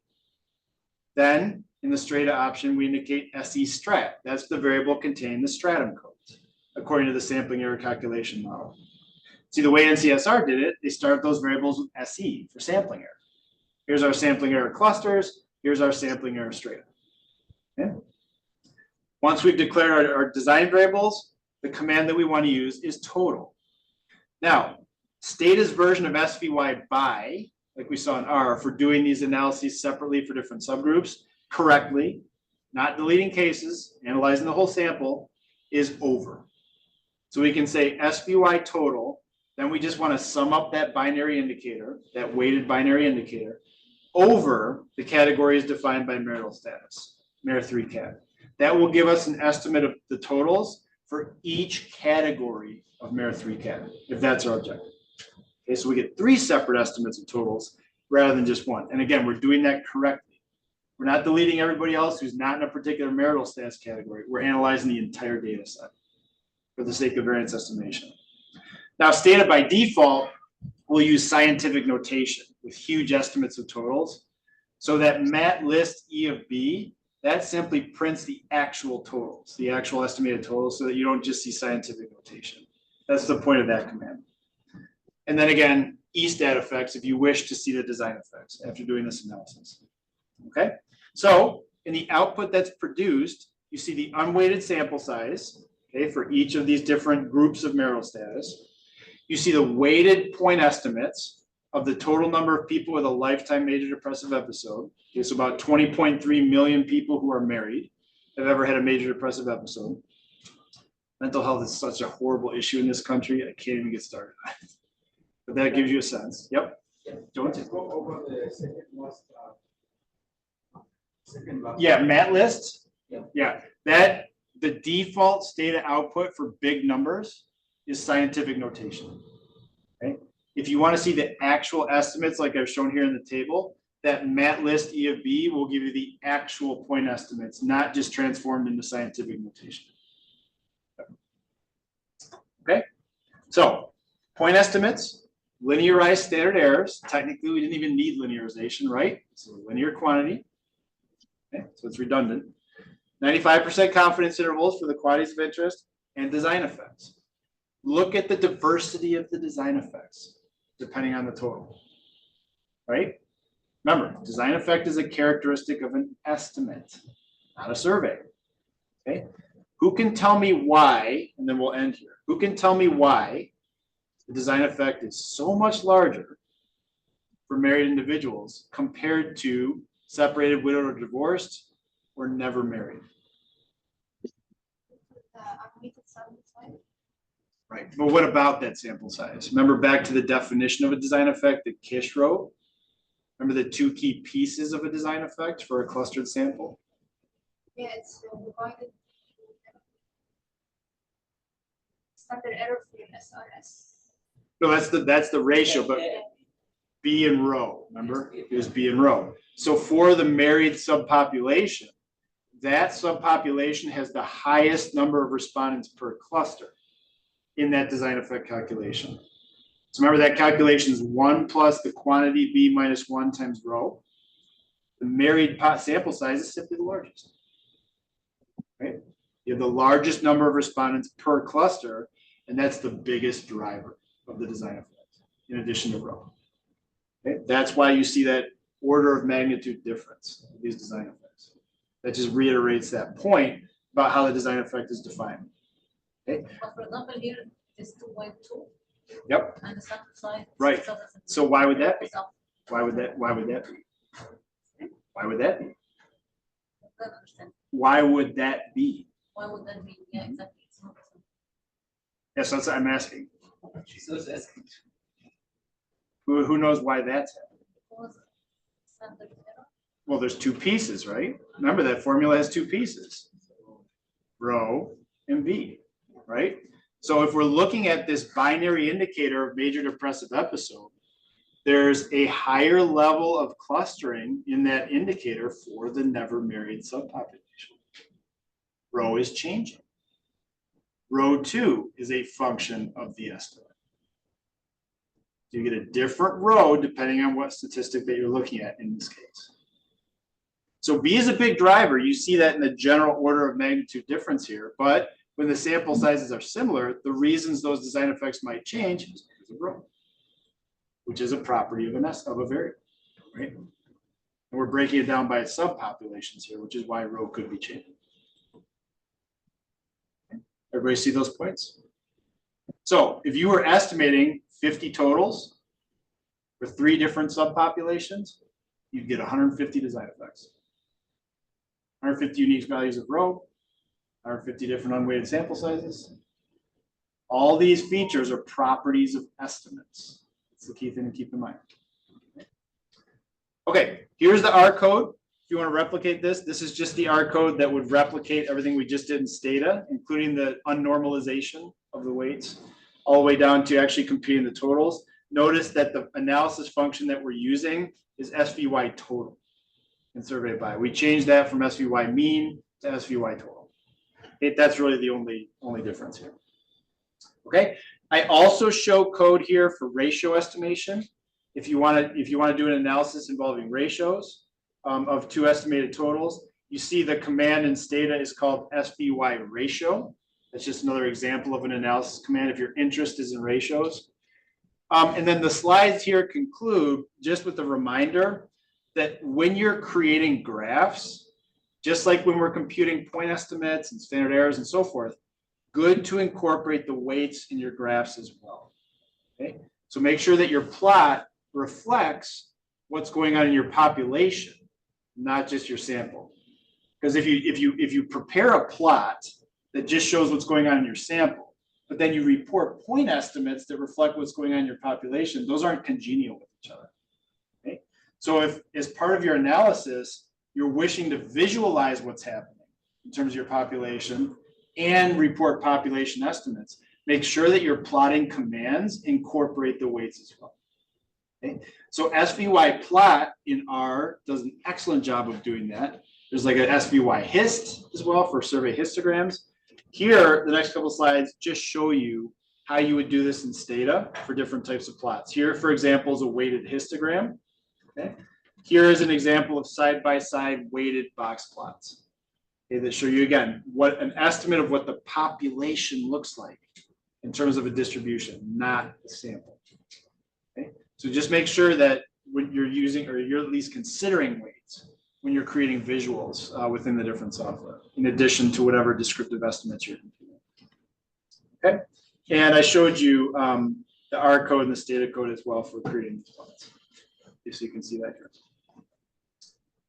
Okay, good. General questions about the software, or any other questions related to the examples that we've looked at thus far? I have a question. Yep, Claire, yep. Yeah, going back to the subpopulation, should that always be a binary variable? Or Yes. is it okay?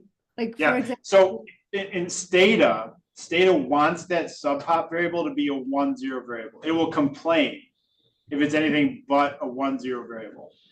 For over, right, we talked about that over idea. Mare3cat was not 1-0, it was just multiple categories. So if you're using over, you can use whatever categorical variable you want. But when you have the subpop option in Stata, you have to use a 1-0 variable. In R survey by will just take whatever possible values are there, much like over.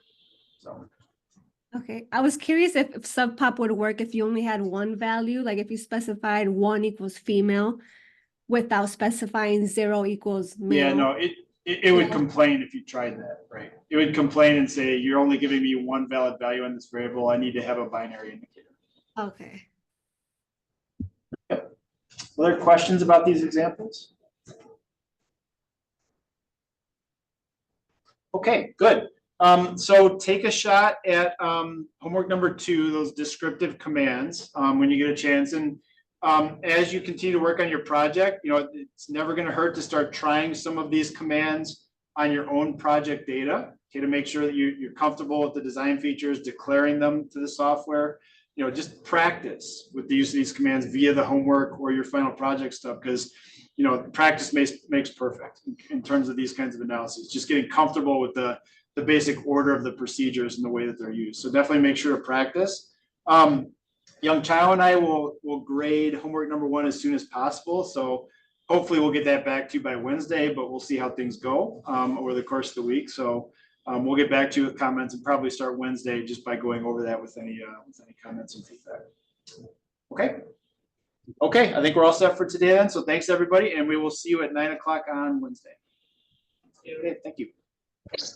I have a quick question. Well, less than quick. I am family vacation traveling starting Wednesday and gone through Monday. I noticed that the notes are usually the night before. Is there any way that Sorry, you just dropped out for a second. I didn't hear what you were saying after travel. Okay, so is there any way I could get for me advanced copy of the lecture notes for the dates I'm gone? Because it'd be much easier for me to print them and have them than trying to figure out from different hotels how to print copies. I mean, I usually put them out like the night before, so I'll try. Just send me a note just to remind me about this, and I'll try to get them out in enough for you advance. So appreciate it. Thank you. Okay, thank you. Yep.